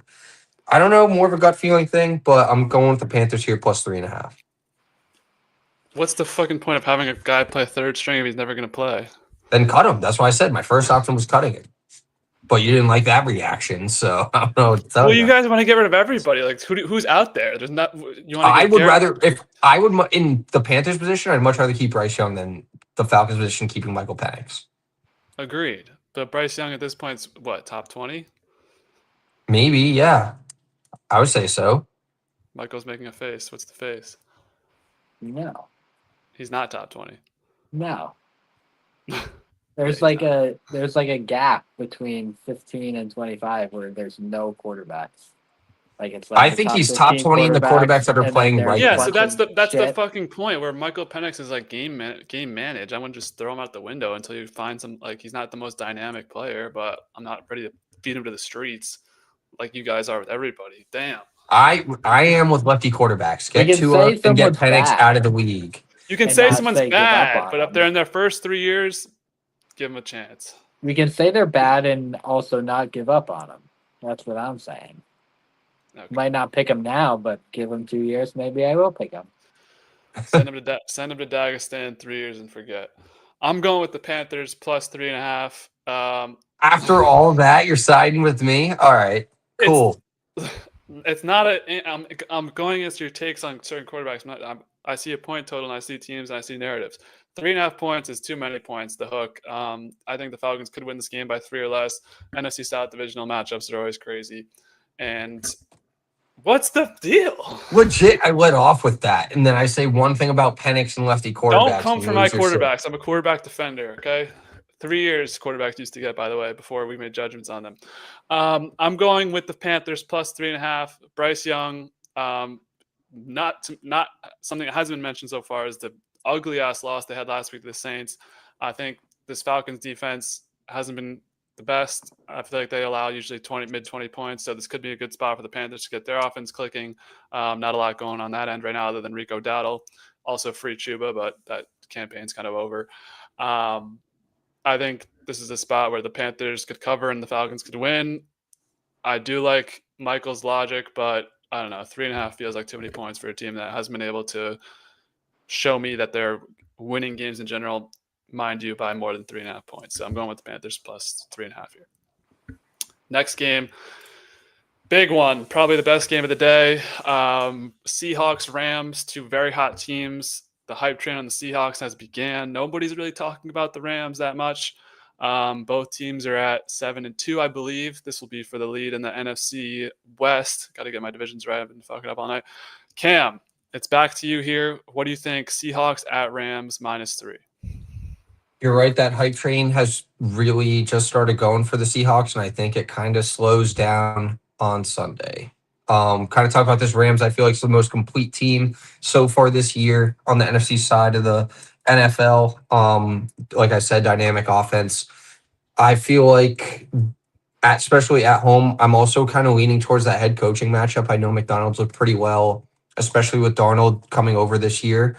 But I feel like just the sustained success with McVay and Stafford I'm going to lean that quarterback head coach matchup in the divisional matchup. And especially, we've talked about it ad nauseum, but -3, basically just picking a team to win. I like the Rams in this spot here. Yeah, so I was looking at this game. I was like, I don't know who I want to win because the Rams have been too high lately. I've been kind of trying to fade them, and it hasn't really been working. I was like, let me look at who the Seahawks have actually played. Here are their wins: the Steelers, the Saints, the Cardinals, the Jags, the Texans, the Commanders, and the Cardinals.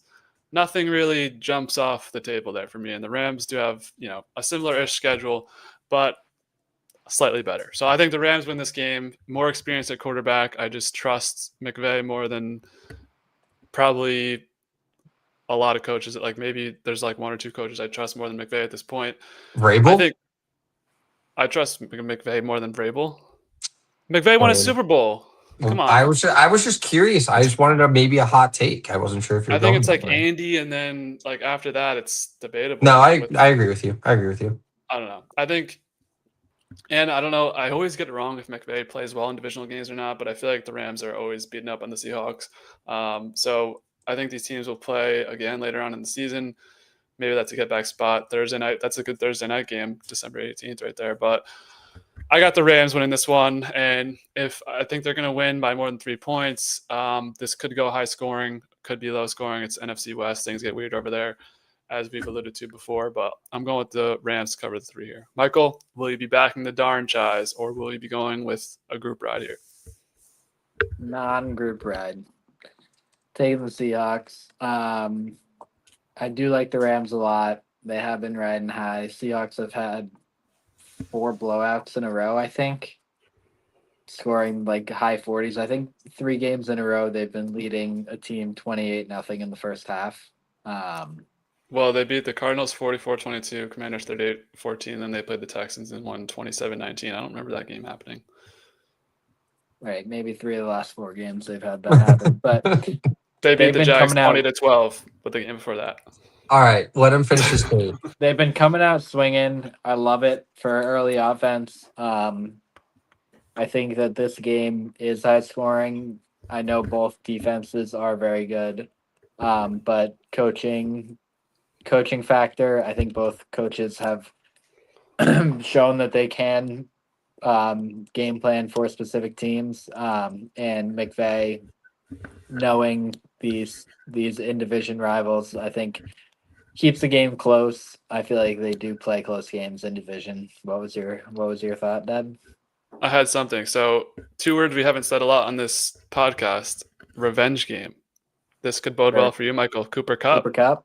Back in LA. Just saw it on the ESPN page. Sure. All right, it was me. Maybe. It's JSN or nothing. But yeah, I think this is like a 27-30 game or something like that. Something around there. I love both of these teams, like watching them both. I love both quarterbacks. They're probably like top 5 quarterbacks in my mind, like that I like watching. And yeah, I'm taking the Seahawks here. All right. Another NFC West doubleheader, Cam, for you, your favorite division in football. Yep. We have the 49ers and the Cardinals. Give me the 49ers. I'm not banning the Cardinals because I'm tentative to ban.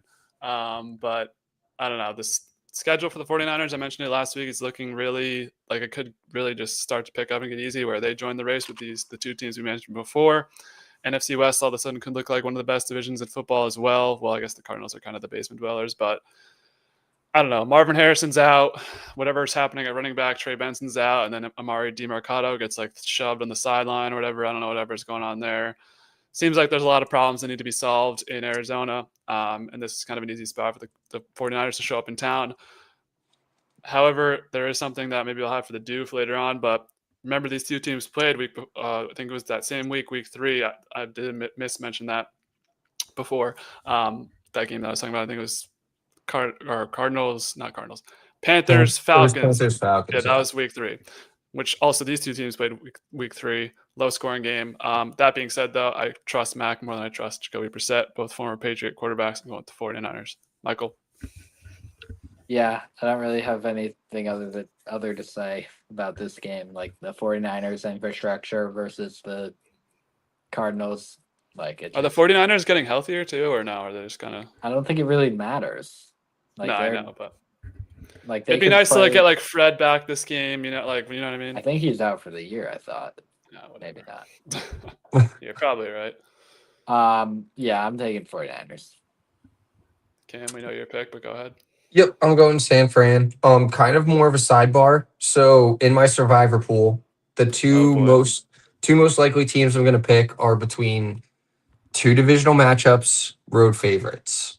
And I don't want to bring it up on the pod because one of them or both teams are on my ban list, but I'm leaning towards Houston over Tennessee, but I'm also starting to consider San Fran over Arizona. I just feel like these NFC West matchups get a little more funky than the AFC South. And even though there's a backup quarterback playing against Tennessee, I don't feel confident at all in Tennessee winning this game outright. I was just curious if you guys had any additional thoughts on that. But yeah, definitely for this game, for the sake of the podcast, San Fran over Arizona, no brainer. But yeah, that's my take. I think it's a weird spot. I think this is a much weirder game. Like I'd feel, even though I took the Titans to cover, I'd feel much more comfortable in taking the Texans. Agreed. Just because this could be like all of a sudden you look up and the Cardinals somehow win this game like 30-13 randomly. Yeah. Yep. I I was don't thinking the think same that's thing. a shot. I think there's no shot. So you would go with the 49ers before you pick the Texans. Yeah. Wow. All right. So who do you trust more, Dub or Michael? We'll have to find out next week who you picked for Survivor. All right. Continuing on, I don't know why this game's at 4:00. Ravens Browns. At least they're giving Division us game. Come on, these teams play good games. Lock in. Lock in. lock in. All right. Well, you're starting us out here, Michael. Browns get 7.5. Cleveland.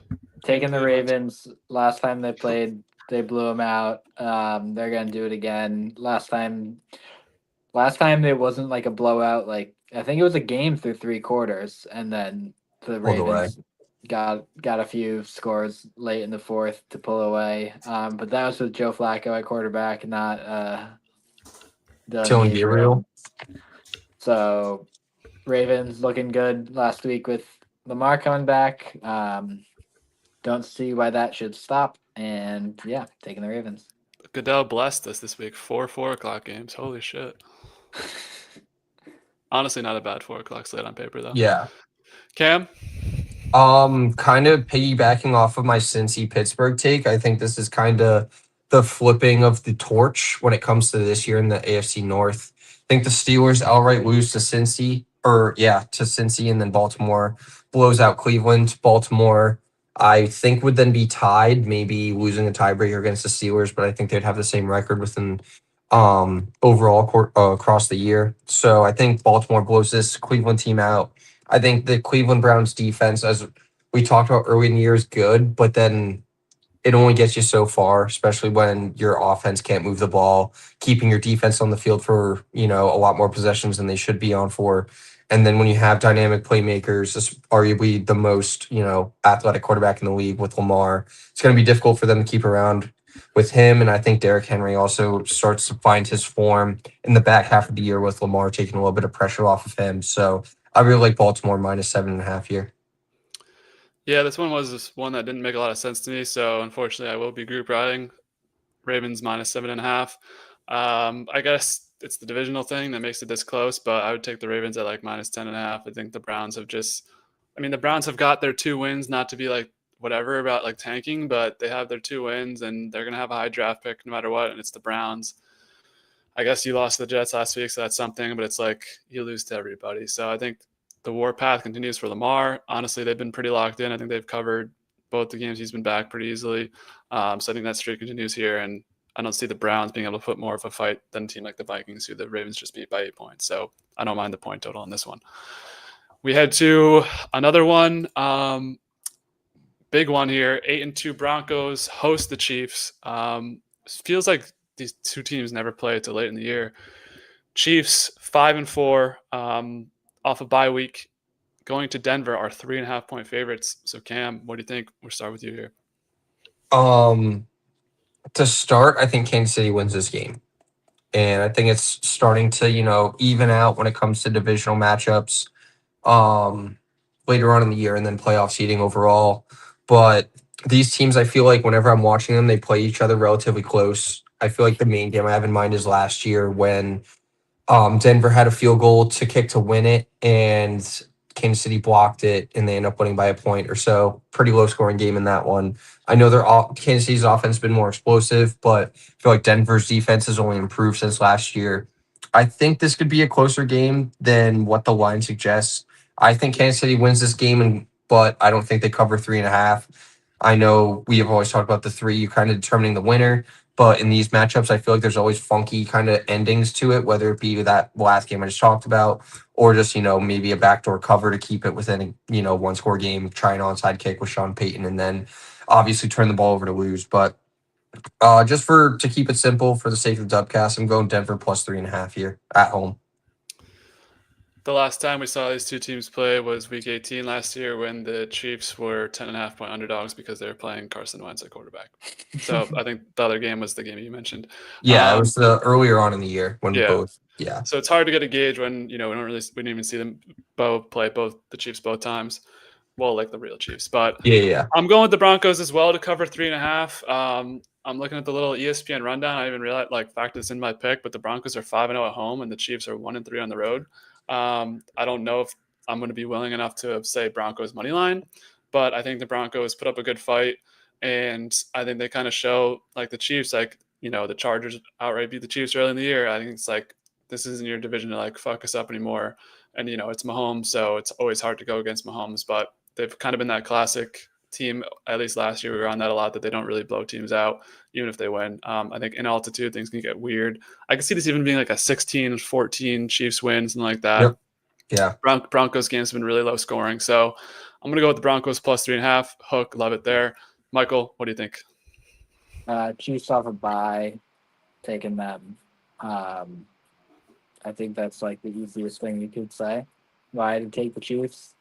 They win games after byes, religiously because of coaching.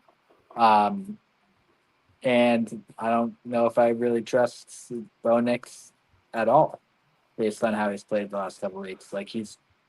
He is lucky to have his 3 or 4 drives in the fourth quarter of success and sucking every other time on the field. So I'm taking the Chiefs. Fair enough. Sunday night, we have the Detroit Lions visiting the Philadelphia Eagles. On paper, this should easily be the best primetime game, comparing against Pats, Jets, Commanders, Dolphins, and Cowboys, Raiders. I think Pats, Jets will be a good game. Okay. Cinema. No, I think the Lions. I'm taking the Lions here. It's close pick, but the Lions have almost more to play for, where there is the drama on a week-to-week basis with AJ Brown. Eagles offense hasn't looked fully super functional. I don't know. It feels like the offense is lacking a little bit behind the new play caller, but I don't know. That's just an outsider perspective. They're freaking 7-2. So what am I saying? I just think when I sit down and watch this game on Sunday night, I want to be rooting for the Lions. So we'll take them plus 2.5. It's a coin flip to me. I like both these teams as teams to bet on in general, but for me in this spot, I think the Lions are able to, continue that momentum, show it to the Eagles. I think last time the Lions were on Sunday Night Football, they lost the Chiefs by 2 scores. So back in front of the national stage, maybe they pull off a crazy win against the Eagles. That's what I'm just seeing for this one. Michael, we're back to you. What do you think? Yeah. This was a tough one for me. I kind of feel like the Eagles win this game, just based on their infrastructure and how stupid they seem to play stupid games and win them. But I think the Lions' offense is clicking, and they'll be able to move the ball on the Eagles. And the Eagles have shown that they are not a consistent enough offense to stay in high-scoring games, really. So I'm going to take the Lions. All right. Cam? Yeah. Kind of going based off what you said, Dub. I feel like this was a coin flip. Like Mikey said, also, this is probably the toughest game on the entire board for me to pick. Both obviously extremely successful teams in the NFC. One the defending champ. One was close to being the one seed last year. Um, I don't know. It's still tough. Like usually in those coin flip games, you're leaning towards the home team, but at the same time, this Eagles team has been, like we've talked about, a little bit dysfunctional and not fully up playing to their capabilities. And with that being said, I feel like this is more of the wake up call that they need. And I also like to compare it to. I know I've brought it up several times in this podcast where the Bills usually beat the Chiefs in the regular season. They meet up again in the postseason. That second time seeing each other, it's usually a little bit different. And it's also, the experience of being, Super Bowl champion or Super Bowl or NFC championship team. I think Detroit wins this regular season game, but that doesn't necessarily reflect what my pick might be on in a couple of months from now. But I think I'm going to go team ride here. Detroit plus 2.5, just look way more consistent, especially on the offensive side of the ball. Alrighty. Couple team rides this week. We have one game left. Monday night, we're back with the Cowboys on prime time, and also back with the Raiders on prime time. I will not be watching a single second of this game. So whoever is following my picks, if anybody's out there, maybe don't follow this one. But just as a your heads pick up. is still your pick. Doesn't matter if you watch the game or not. I know. I'm just trying to give the public their knowledge of that. The fact that I don't give a fuck about this game. So, well, Michael, it is your turn to lead us out in this last game here. Raiders. Give me at them home. boys. Okay. We got we're so far 3-0 or 2-0 on former Jets on their new teams. The Eagles won last week and the Colts won last week, so we're taking the Cowboys to win. Quinnan? Yep. R.I.P. Marshawn Nealand? Yeah. Cam, your pick. yeah, I am going with Dallas with Mikey minus 3.5. The Raiders haven't given me anything really to be placing bets on them. I know they cover the spread against, I feel like, a much more consistent and just overall better Broncos team. But I feel like they're kind of due for, maybe a potential blowout. And Dallas has obviously been very inconsistent, but I feel like their offense has been dynamic, at least in the first half or maybe the first quarter is a better way to describe it of the year. So, and this Raiders defense has been pretty bad the majority of the year. So, for that sake of the reason, I think Dallas ends up coming out of here with a win, more than 3 points. So, I'll take the road favorite in this one. Yep, unfortunately, ending on a group ride as well. I don't know. I just think the Raiders did look slightly better with Brock Bowers back last week or 2 weeks ago. Last week he didn't do much, and then the Cowboys are going to score a will no matter who they're playing against. And I don't trust Geno Smith and their skeleton crew of wide receivers to keep up with them. Even though Brock could go crazy and Genty could go crazy, theoretically, that's two players. Trey Tucker and somebody Thornton and Jack Bash out there. Tyquan, dude. Isn't it? Oh, no, Tyquan's with the Chiefs. It's like Dante Thornton or something. Yeah, you're right.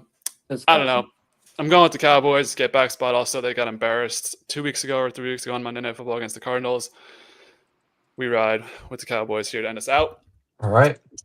So usually this is when we have a spot segmented for the Doof Boys, but on the fly here on the Dubcast, yeah, we're switching it up, and they kind of just join whenever, so it doesn't really matter. So we'll go to the Focus 5. Last week we had not our best week. Cam was our leader last week, plus 3.25 units. Michael did win one parlay, but the plus 1,000 and plus 800 ones were one of them. I think one of them was low key close. One of them was close. Minus 1.36 units for Michael, and then I only had one simple parlay hit, so I lost 2.81 units, bringing us to our yearly totals, which we'll reveal as we go. So, Michael, give us your Focus 5 for this week. Week 11, you're at minus 4.18 units on the year. We need to get back. I'll be back. Don't worry. I have no odds for these, so I will read them all out, and we can go back and do the odds later. Okay. First one, moneyline parlay. Niners. This should be easy. Niners. Just stay them really slow. Niners. Got it. Lions and Cowboys. Okay, so a late slate. That is plus 450. Wonderful. And then we got Brees to rush for more than 50 yards, Fuck off. breaking the path streak. That would be electric. Then we got separately. These are now separate. Chargers to win and a Vidal touchdown. And then we have a Falcons to win with a Drake London touchdown. And then we have finally to close out Monday Night Football. We're taking what? You're going way too fast. Cowboys, Okay. Cowboys money line and a Quinnen Williams sack. So Brees 50 plus rushing yards is minus 167. We have time here because we're waiting on our friends to show up. Oh right. So what was Oh, right. My bad. What was the third pick? Vidal and Chargers. Interesting. Isn't Vidal? I have Vidal in fantasy. Isn't he getting replaced by the other kid they have? No. I don't think so. Okay. Kimani Vidal is minus or plus 110. Plus Chargers are just money line. Yep. Plus 196. And then Good. you said Drake, London, and Falcons. Yep. Drake scored 3 weeks or 2 weeks ago. He's due. Again. DK actually has the touchdown score, so we can actually do this. That is plus 186 on that one. Was there one more?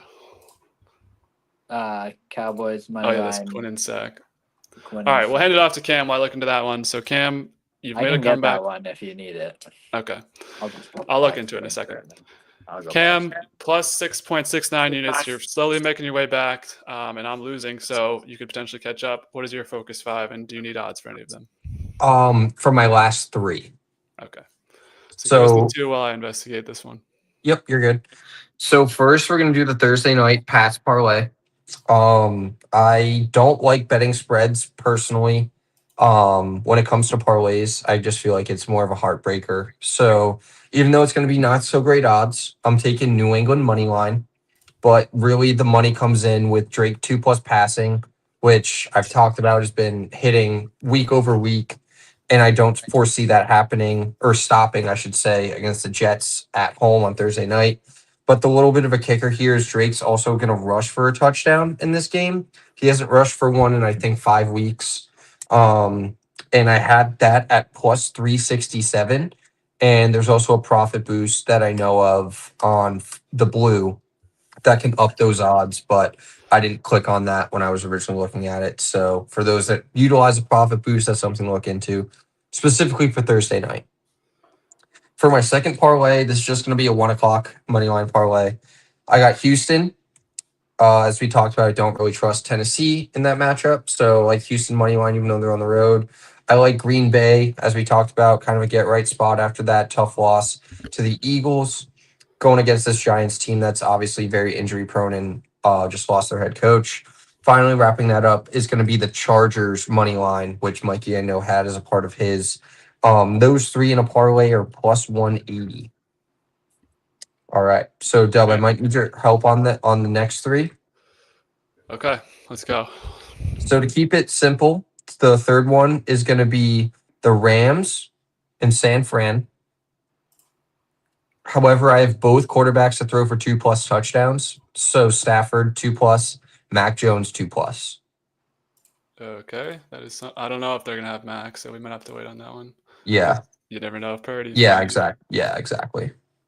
Yeah, we only have Jacoby Brissett. That's fine. I'll put a question mark down on that one, but I like even if it isn't Mac, I'd still take Purdy 2+ first game coming back, I think, against this Arizona Cardinals defense that hasn't been stellar. And Stafford's obviously looked incredible and could be a very high scoring game in that Seattle matchup. Second one, very similar concept, but we're going to go on the AFC side. So I have Baltimore and Kansas City to win. And then same concept, Lamar to throw for 2 and Patrick Mahomes to throw for 2. Okay. Let's see if we have this one. Might be luck here. Let's see. Lamar. Nope. Wait. So that is plus 361. 361. All right. Yep. We kind of talked about, that Denver defense could potentially shut down Kansas City, but Kansas City's offense, I feel like, has been more explosive this year as opposed to last year, especially now that they're at relatively full health. But yeah, plus 361, I don't mind in that spot. The fifth is going to be my Sunday night parlay because I didn't want to touch that Monday night game. Also kind of sketchy. We kind of talked about a coin flip. So I'm thinking more touchdown scores and then kick your feet up and then just hope for a high scoring, entertaining game. So if you've listened, I haven't done as much this year, but last year, one of my favorite bets was Gibbs and Montgomery both to score. So we're going to include both of those two. And then we're going to include both Saquon and Jalen Hurts as well for a 4-leg touchdown parlay, all going to be obviously most likely rushing touchdowns. I am hoping that Saquon and Hurts can get that offense figured out and rely more on the ground game. And then Gibbs and Montgomery obviously find the end zone pretty relatively consistently. So I like those 4. Like I said, kick your feet up. Hopefully enjoy a nice little entertaining Sunday night game. But that wraps up my Focus 5. All right. So those 4 touchdown scores together, plus 2,000. Okay. Big swing. So Michael, were you able to find your odds on the Quinnen Williams? No. Okay. So I didn't have Monday night sack totals, but I had Sunday, or at least Thursday. I had it and check Sunday. I'll have to I'll check the blue and the blue and teal fliff, see if they have it. Fliff throwback. Our callers should be joining us. So I don't want to go on my Focus 5 rampage yet. Fair. We got a lot of we have some, I think, at least 4 college games as well, Cam. Yeah. 2 massive SEC matchups too. Okay, they don't have it on Fliff. All right, I'll just do it because then we can just go to that after. Yep. I need to find my banner. So I'm slowly decreasing. We're at plus 17.16 units. For this week, I do have odds on. I did have odds on all of these, but I'll have to circle back on one of them, and then get to the other one. So we're back with the teasers. Okay, this is a really hard one to do because it's all teasers. We're teasing the Bucs up to 10.5. We like them at 5.5, but 10.5 we love. We're teasing the Packers down to 2.5 over the Giants, just in case they fuck around like they tend to do sometimes. We're teasing the Bengals up to 10.5 as well against the Steelers. Should be able to cover that with their high-scoring offense. And then the last one, just to make it a little bit sweeter, Commanders plus 7.5. That game's gonna be a shit show in Madrid, so we'll ride with that. I like that. Not bad. The teasers have been doing us pretty well. Packers minus 2.5. 2? 2.5. 2.5. You're crazy. I yell at Cam over the numbers, but I try to get these down to a science. Packers minus 2.5. Yep. Do you have the Bucs already? No. Okay. Bucs what? Bucs plus 10.5. Yep. Bengals plus 10.5.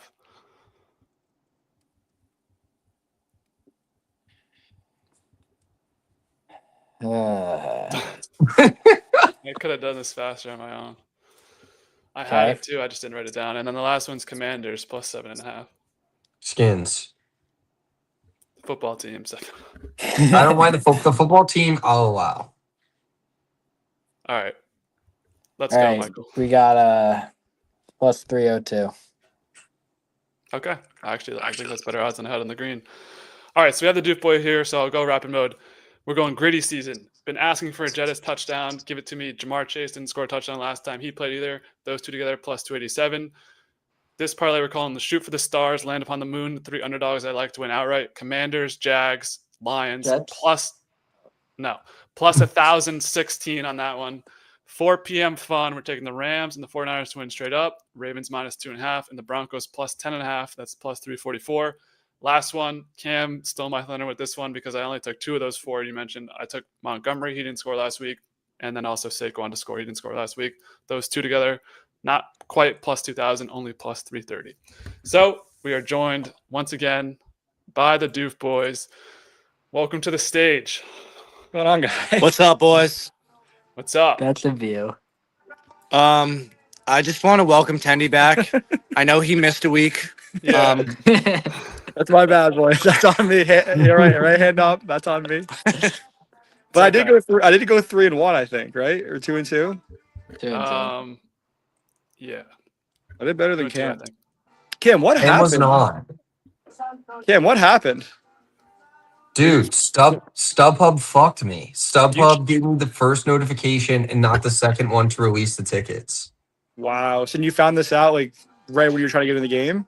Yeah, like we were there, like we bought the tickets an hour before the game, went to the gate, still didn't get anything like half an hour before kickoff. Waited halfway through the first quarter and then we dipped. Then the douchebag didn't release them. He just canceled the event like probably after the end of the first quarter. That sucks. So I'm never using StubHub again. That's I wouldn't either. Yeah. They're not going to be a sponsor on the show, so if you guys want Yeah, I've canceled the negotiations between StubHub as an official sponsor. Shout out Game Time. I'm actually sponsored by Game Time, so shout out Game Time. That's never happened to me. Okay, shout out Game Time. I might have to start talking to them for an official sponsorship of the Dubcast, but Yeah. They sponsor the Doof Boys, so fair enough. All right. Yeah, let's do it, boys. All right. Is there any additional thoughts, Tendy, quickly from boots on the ground perspective, since we missed out on Cam's boots on the ground? Oh, it was unbelievable. It felt like there was way more Patriots fans there, and then it was confirmed at the end of the game when everyone left, and there was more Pats fans filling up the stadium than anything. Walking out, like going through the tunnel, like the ramp, was incredible. It was MVP chants, high fives, hugs. It was awesome. We're back. could you Love say it. it might have been the best sporting event you've ever been to? It was definitely the best football event I've ever been to, for sure. Like, it would be a big time bummer if you didn't get to go. Okay. Fuck off. All right, we get it. All right. Here we go with the doof. So last week, Michael was the leader at 3-1. Tendy 2-2, 500. Me and Mark got to pick it up, both 1-3 last week. So bringing us to on the year, Tendy's 19-13, Michael's 10-6, Mark is 16-16, Cam 7-9, and I'm 14-18. We do it. Team Florida is 14 and 30. 18, kid. Hey. We're We're 4-0 week away from being right back in it. Team Florida is 35-29, and Team Dubcast is 31-33. Ooh, let's So- hope for the sun from that. Yeah, we picked up a game thanks to Michael. Thank you, Michael. How about Mike? The decision is once again in the Florida boys' hands. Who will be facing off against you guys in the Doof this week? I mean, he missed out on the game. I feel like he should have missed out on Doof this week. That's right? fair. That's fair. All right. So, Cam, step up. StubHub isn't blocking you this time. And then, I mean, it's called the Dubcast, so like, Dub has to play. Yep. All right. Actually, I feel very good about the Doof this week. I haven't really felt confident, but I feel pretty good about this one. That's Oh. good because I feel terrible. I was not seeing the. I board. feel good. I've got good picks out there. Okay. All right. Well, let's not let the audience wait. Let's start with the dog. Tendy, you're up first as our leader. Who do you got for the dog this week? The dog. I have the Bucks plus 5.5. Good plan. This is more of a bet with my heart than anything because I would love for them to beat the Bills, but you know they're coming off a tough loss. The Bills got spanked. We'll see what happens. Don't Yeah, mind the yeah. pick. I think we were on the Bucks there. Yep. Next, we go to Mark, your dog for this week. All right. I've got Lions plus 2.5 at the Eagles. They're going to Philly. This is a bet because I scammed the book. For all the listeners out there that didn't hear the story, me and my friend Colin, Texans Colin, we were on our way to the airport to go to Nashville for the weekend. Just looking at some lines, as one does. He's a big Lions fan, so he was checking out the Lions. They were playing the Commanders, who are a bum-ass team. Confirmed bum-ass. They were plus 220 to be leading at halftime and leading the game. I was like, this doesn't make sense. I texted multiple group chats. I was like, is this what this means? Yes. Bet it heavy. 5 minutes later, we looked back at the line because I wanted to, honestly, I was going to bet it more. It changed to minus 220. The book had messed up. We caught them. We scammed them. I made a lot of money. So Lions make me more money. The Eagles are also bad. They've got bad vibes right now. AJ Brown talking shit to anyone who will listen. bad vibes versus good vibes. Lions. I also now have Lions to win the Super Bowl as a future. I realized in the morning that I bet that from the night before. Classic. So Lions forever. What about the intern that you've made lose his job at the sportsbook?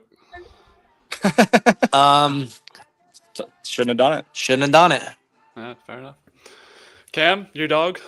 Yeah, well, the Commanders might suck, but the Redskins find a way to pull off a win in Madrid, I believe it is, Dub, against a Madrid. worse Miami Dolphins team. My dog will be Washington Redskins plus 2.5. It's an awful pick. I had 4 picks heading into this segment for the dog, and 3 of them just got picked, so I'll take the one that's left over. Bengals plus 5.5 against the Steelers. Joe I love it, Flacco, Dub. legacy. Let's go. Yep. All right, Tandy, we're back to you for the over this week. This is Texans calling. Texans Titans over 37.5. Texans might do it on their own according to Texas calling. So I'm in my under. Nope. Nice. Nice. we're good. We're good. Ooh. We're good. All right, Yeah, Mark, we're good. what about you? Love it. Seahawks Rams. Numbers 48.5. Big number. They both put up 40 something last week. That's easy. They're 2 elite offenses. Like, I'm trying to think of the phrase. At top gear. I don't know. I'm not a words guy. I'm a picks guy. Just stick to the picks. As long as the Seahawks, picks win, no one cares what words you say. Seahawks Rams 48.5. Bucket. All right, Cam. All right, I'm going with Green Bay and the Jameis Winston-led Giants over 43.5. I do like that. Okay. Yeah, James I can hate get that. his. Actually, my under. Just tell me you like it. I like In a it. s- Sorry. In a similar vein to Mark, 2 teams who score a lot of points. I'm going Bucks Bills over 48.5. Both I didn't- both defenses at times have been kind of lackluster and high scoring, so I'll go with that for my over. Now we kick it back to Tendy for the under this week. I have Vikings Bears 48.5. Big number. Weird great weird pick. quarterbacks. Great pick, dude. Weird. Yeah. Thank you. Thank you. That's it. Enough said, I guess. Mark kind pick of cut you show. off there. No, I was just fired up for my boy, honestly. Fired up for the picks because this is a pick show. It is. My under, Packers and Giants. Packers Wow. are bad. Giants are on their 3rd quarterback of the year. Their best receiver and best running back are both hurt. The Packers, No coach. no coach, also have no quarterback. So 43.5 is a lock of an under. Cam. I have no comment. I think Jameis Winston will either throw for 2 touchdowns or He give 2 wasn't asking for touchdowns to the comment. Packers. This is a So, pick show. This is a pick show. You're under. Well, yeah, you're under for this weekend. oh, are we switching back to? Oh, yeah, my bad. Under. I'm going with. This guy. I thought you were asking about him flipping picks. My bad. I'm going with the Probably didn't biggest. even keep him out. He just I'm couldn't going figure with it the out. biggest over under on the board, and that's going to be on Monday night. Dallas Raiders. I'm going under 50.5. I mean, Dallas doesn't have a defense. I don't think the Raiders have an offense. That's sorry. That's a I fair do like rebuttal. that pick. That's a All fair right. rebuttal. Well, that was on my board too, but in risk of doubling down, I'll pick something different. I'm going with the 49ers and the Cardinals under 48.5. The last time these 2 teams played, it was like 16-13, and now they have Jacoby Brissett, potentially Brock Purdy. First game back could look ugly. It feels like too high of a number for me. We finish off with the favorite, Tandy, your favorite for this week. I'm going Chargers -3 against the Jaguars. I feel like every time I bet the Jaguars, they hurt me when I bet for them, so might as well bet against them. I don't know.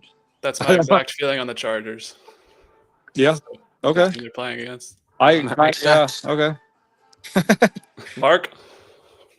My favorite this week. Oh, Shout out the Texans. Texas call, baby. I got to watch the Texans score 26 unanswered points in the 4th quarter with Texans calling in Nashville, and it was one of the most electric football sessions I've ever I been a think it part was of. more electric than being at the Buccaneers Patriots game this weekend. No. All right. So just like the Lions were my bet for vibes from last week, Texans this week. Who are they playing even? The Titans? They're- Yeah, dude. Texans have a crazy defense. Titans are going to score less than 10 points. That's a lock. -6.5 Texans. Cam. Yeah, I'm Okay. gonna go with San Fran and Mac Jones here -3 against Arizona. But yeah, you're picked up. I'll end us out with the Green Bay Packers get back spot -7. Kim, you got away from that pick pretty quick. You didn't seem like you were too excited about it. Well, a couple of my favorites were already taken, so I had to mix it up. Went with San Fran, but I mean, I'm pretty confident in it and want to give it back to the host. Wrap it up. That's the deficit we face being behind. They get to go first. Yep. All right, so that's the doof. Good luck to the boys.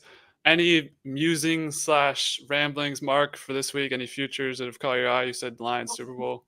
Yeah, I got Lions Super Bowl. Jonathan Taylor, MVP, starting to look real juicy. Another 3-touchdown performance out of him on Sunday morning. I hit actually just about 2 hours ago or an hour ago. Paul Skeens, Cy Young, bet that before the year, so that was a pretty good payout for me. Other than that, I don't have a lot on futures wise. I have a fun announcement. My Gay for May shirt should be coming in this week, so that's fun. Love that. Nice. You should rep next. If you guys don't have softball, you should rep it I'll put it on for the for the pod. cast. Yeah. All right. Love it. All right, boys. Have a good All right. week. You too. You as How well. the softball game will go? You guys win? All we won, baby. Yeah, we're 4-0. We're an absolute The wagon. boys both had diving plays today. Yeah, Wow. Really putting it all out there. Respect. Yes, sir. hell yeah. All right. Good luck. Hopefully, we all go 16-0, even though that's not possible because there's Yeah, a baby. contradicting pick in there. But all right. Good luck, boys. Let's Good go, talking to you. boys. Peace. All right. Well, Michael just disappeared. Maybe the Knicks are on or something. But we have NCAA Week 12 to get to before we get out of here. So I think last week we were low key right about everything except like the Texas Tech game. But we start out this week. Notre Dame heading to Pitt. Fake ACC team Notre Dame on the road. 12.5-point underdogs. What do you say for this game? Don't love the spread, but I just feel like Pitt has no business being in this game. And I feel like there was a comment made by the Pitt head coach saying how it doesn't really matter if they lose by 100. They're still in the ACC hunt to win the championship. And with that being said, I feel like that just is bad juju. So give me Notre Dame -12.5 in that one. Yeah, I'd lean Pitt because I want to support the ACC. But then after that comment, it's like, what's the fucking point of taking Pitt if you're just going to lay down and die? Plus, I just know Notre Dame's going to win this game by like 28, and the Glazers are going to glaze. But it is what it is at this point. Next one, 3:30, one of the big ones of the day, Oklahoma in Alabama. Bama -5.5. Oklahoma's been a hard team to track betting-wise this year. So what are you thinking on initial rip of this one? It seems like Mateer's getting a little bit more healthy, but at the same time, I just don't think it's enough. I think especially playing on the road is going to be a lot more challenging than what this Oklahoma team has experienced so far in the year. So I like Alabama in this spot. Yeah, I'm a little bit back and forth in this one. Bama has won 8 straight, and they're at home. And Oklahoma, it's like sometimes they're really good, sometimes they're not as good. So I'm going to roll with them as well. I'm also kind of sorry, I don't mean to interrupt, but I feel like that win against Tennessee wasn't that convincing. That I watched a couple of weeks ago, and I don't think Tennessee is even remotely up to the caliber of Alabama. So that's why I kind of lean towards Alabama in this one.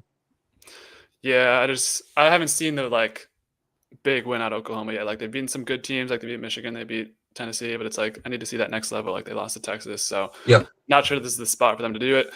Next is the Big Ten, Iowa. We called that one last week. Mucky game against Oregon, almost beat them in Iowa. This time they're heading out to Cali in the USC. USC -6.5, so kind of a basic spread there. Do you think they're able to muck up this game enough, or this is kind of a USC runaway spot? I don't know. After that, I mean, that loss to Iowa was kind of demoralizing.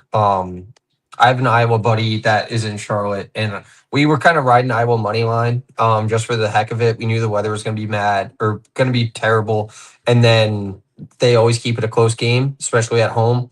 I feel like they're going into a different environment, going into USC. I feel like after that deflating loss, it's going to be difficult for them to really find a reason to play for, up to the caliber of USC. So I like USC minus the points here. I'm going to go with Iowa. I feel like even regardless of whatever happened last week, they always kind of screw it up. And this is an early, I don't want to say body clock, but it's early start for USC. It's like a noon game for them in Cali because it's at 3:30. So I think that's a little bit of a weird spot. But, it's NIL bullshit traveling Yeah. Iowa. So it could go either way. But I feel like 6.5 points against Iowa is just too much because they're always going to keep it like super close. Fair. Last one is the big ABC game, 7:30. Same spread as the Bama Oklahoma game. This time it's Georgia hosting Arch Manning and Texas. Georgia -5.5 here. Final pick of the night. What do you got here? I really like Georgia -5.5. I'm really tempted to more just do Georgia and Alabama money line parlay. I feel like we always kind of talk about how we pick these spreads. Even we pick the spreads, I feel like kind of right when it comes to these favorites, especially in the SEC. But even if you just take them down the money line and parlay them with two of the teams you're most confident in, that's what I like doing personally for college football, and it's worked out relatively well. So I really like Alabama and Georgia money line parlay in this. But even for the sake of the Dubcast, I'll take Georgia minus the points here at home against a Texas team that maybe it looks like they're figuring it out, but who are they really figuring it out against, I guess, is my question. I guess you could say Vanderbilt, but I wouldn't put Vanderbilt in the same conversation as Georgia. So in that sake, I'm going with Georgia minus the points. Yeah, they did beat Oklahoma, but that was like Mateer weirdly coming back. It was kind of an odd week. Yeah. This one's kind of a toss-up to me because I do like Georgia. I feel like they're really putting it together as well. And like you said, Texas is kind of getting their shit together too. But Georgia, I don't know. Georgia was playing close games early on in the season, but I feel like by this point they'll win this game by at least a touchdown. So I'll roll with you. I'll roll with Georgia. And that's all we have for tonight. Michael did text. His phone, quote unquote, blew up. So we lost Michael tonight, but it was a good stream. Hopefully this week of NFL is better than last. And I don't know, any closing thoughts before we head out? Big game tomorrow night. Yeah, no, mainly just pumped for tomorrow night. Sunday will be kind of relaxing. Obviously hoping the Pats come out with a win will be even more enjoyable. But yeah, excited for week 11. Like you said, it's always another opportunity to hit some bets. So good luck to myself, you, and everybody else out there listening. Yep. Good luck to the viewers. Thanks for everyone sticking along. And if you're here on the replay, we thank you as well. I'll end you all with that. Big things coming up in the Dubcast. We're back. We finally got well, not really, but we almost have the computer and camera situation to figure out. Goodbye. And as always, be easy, y'all.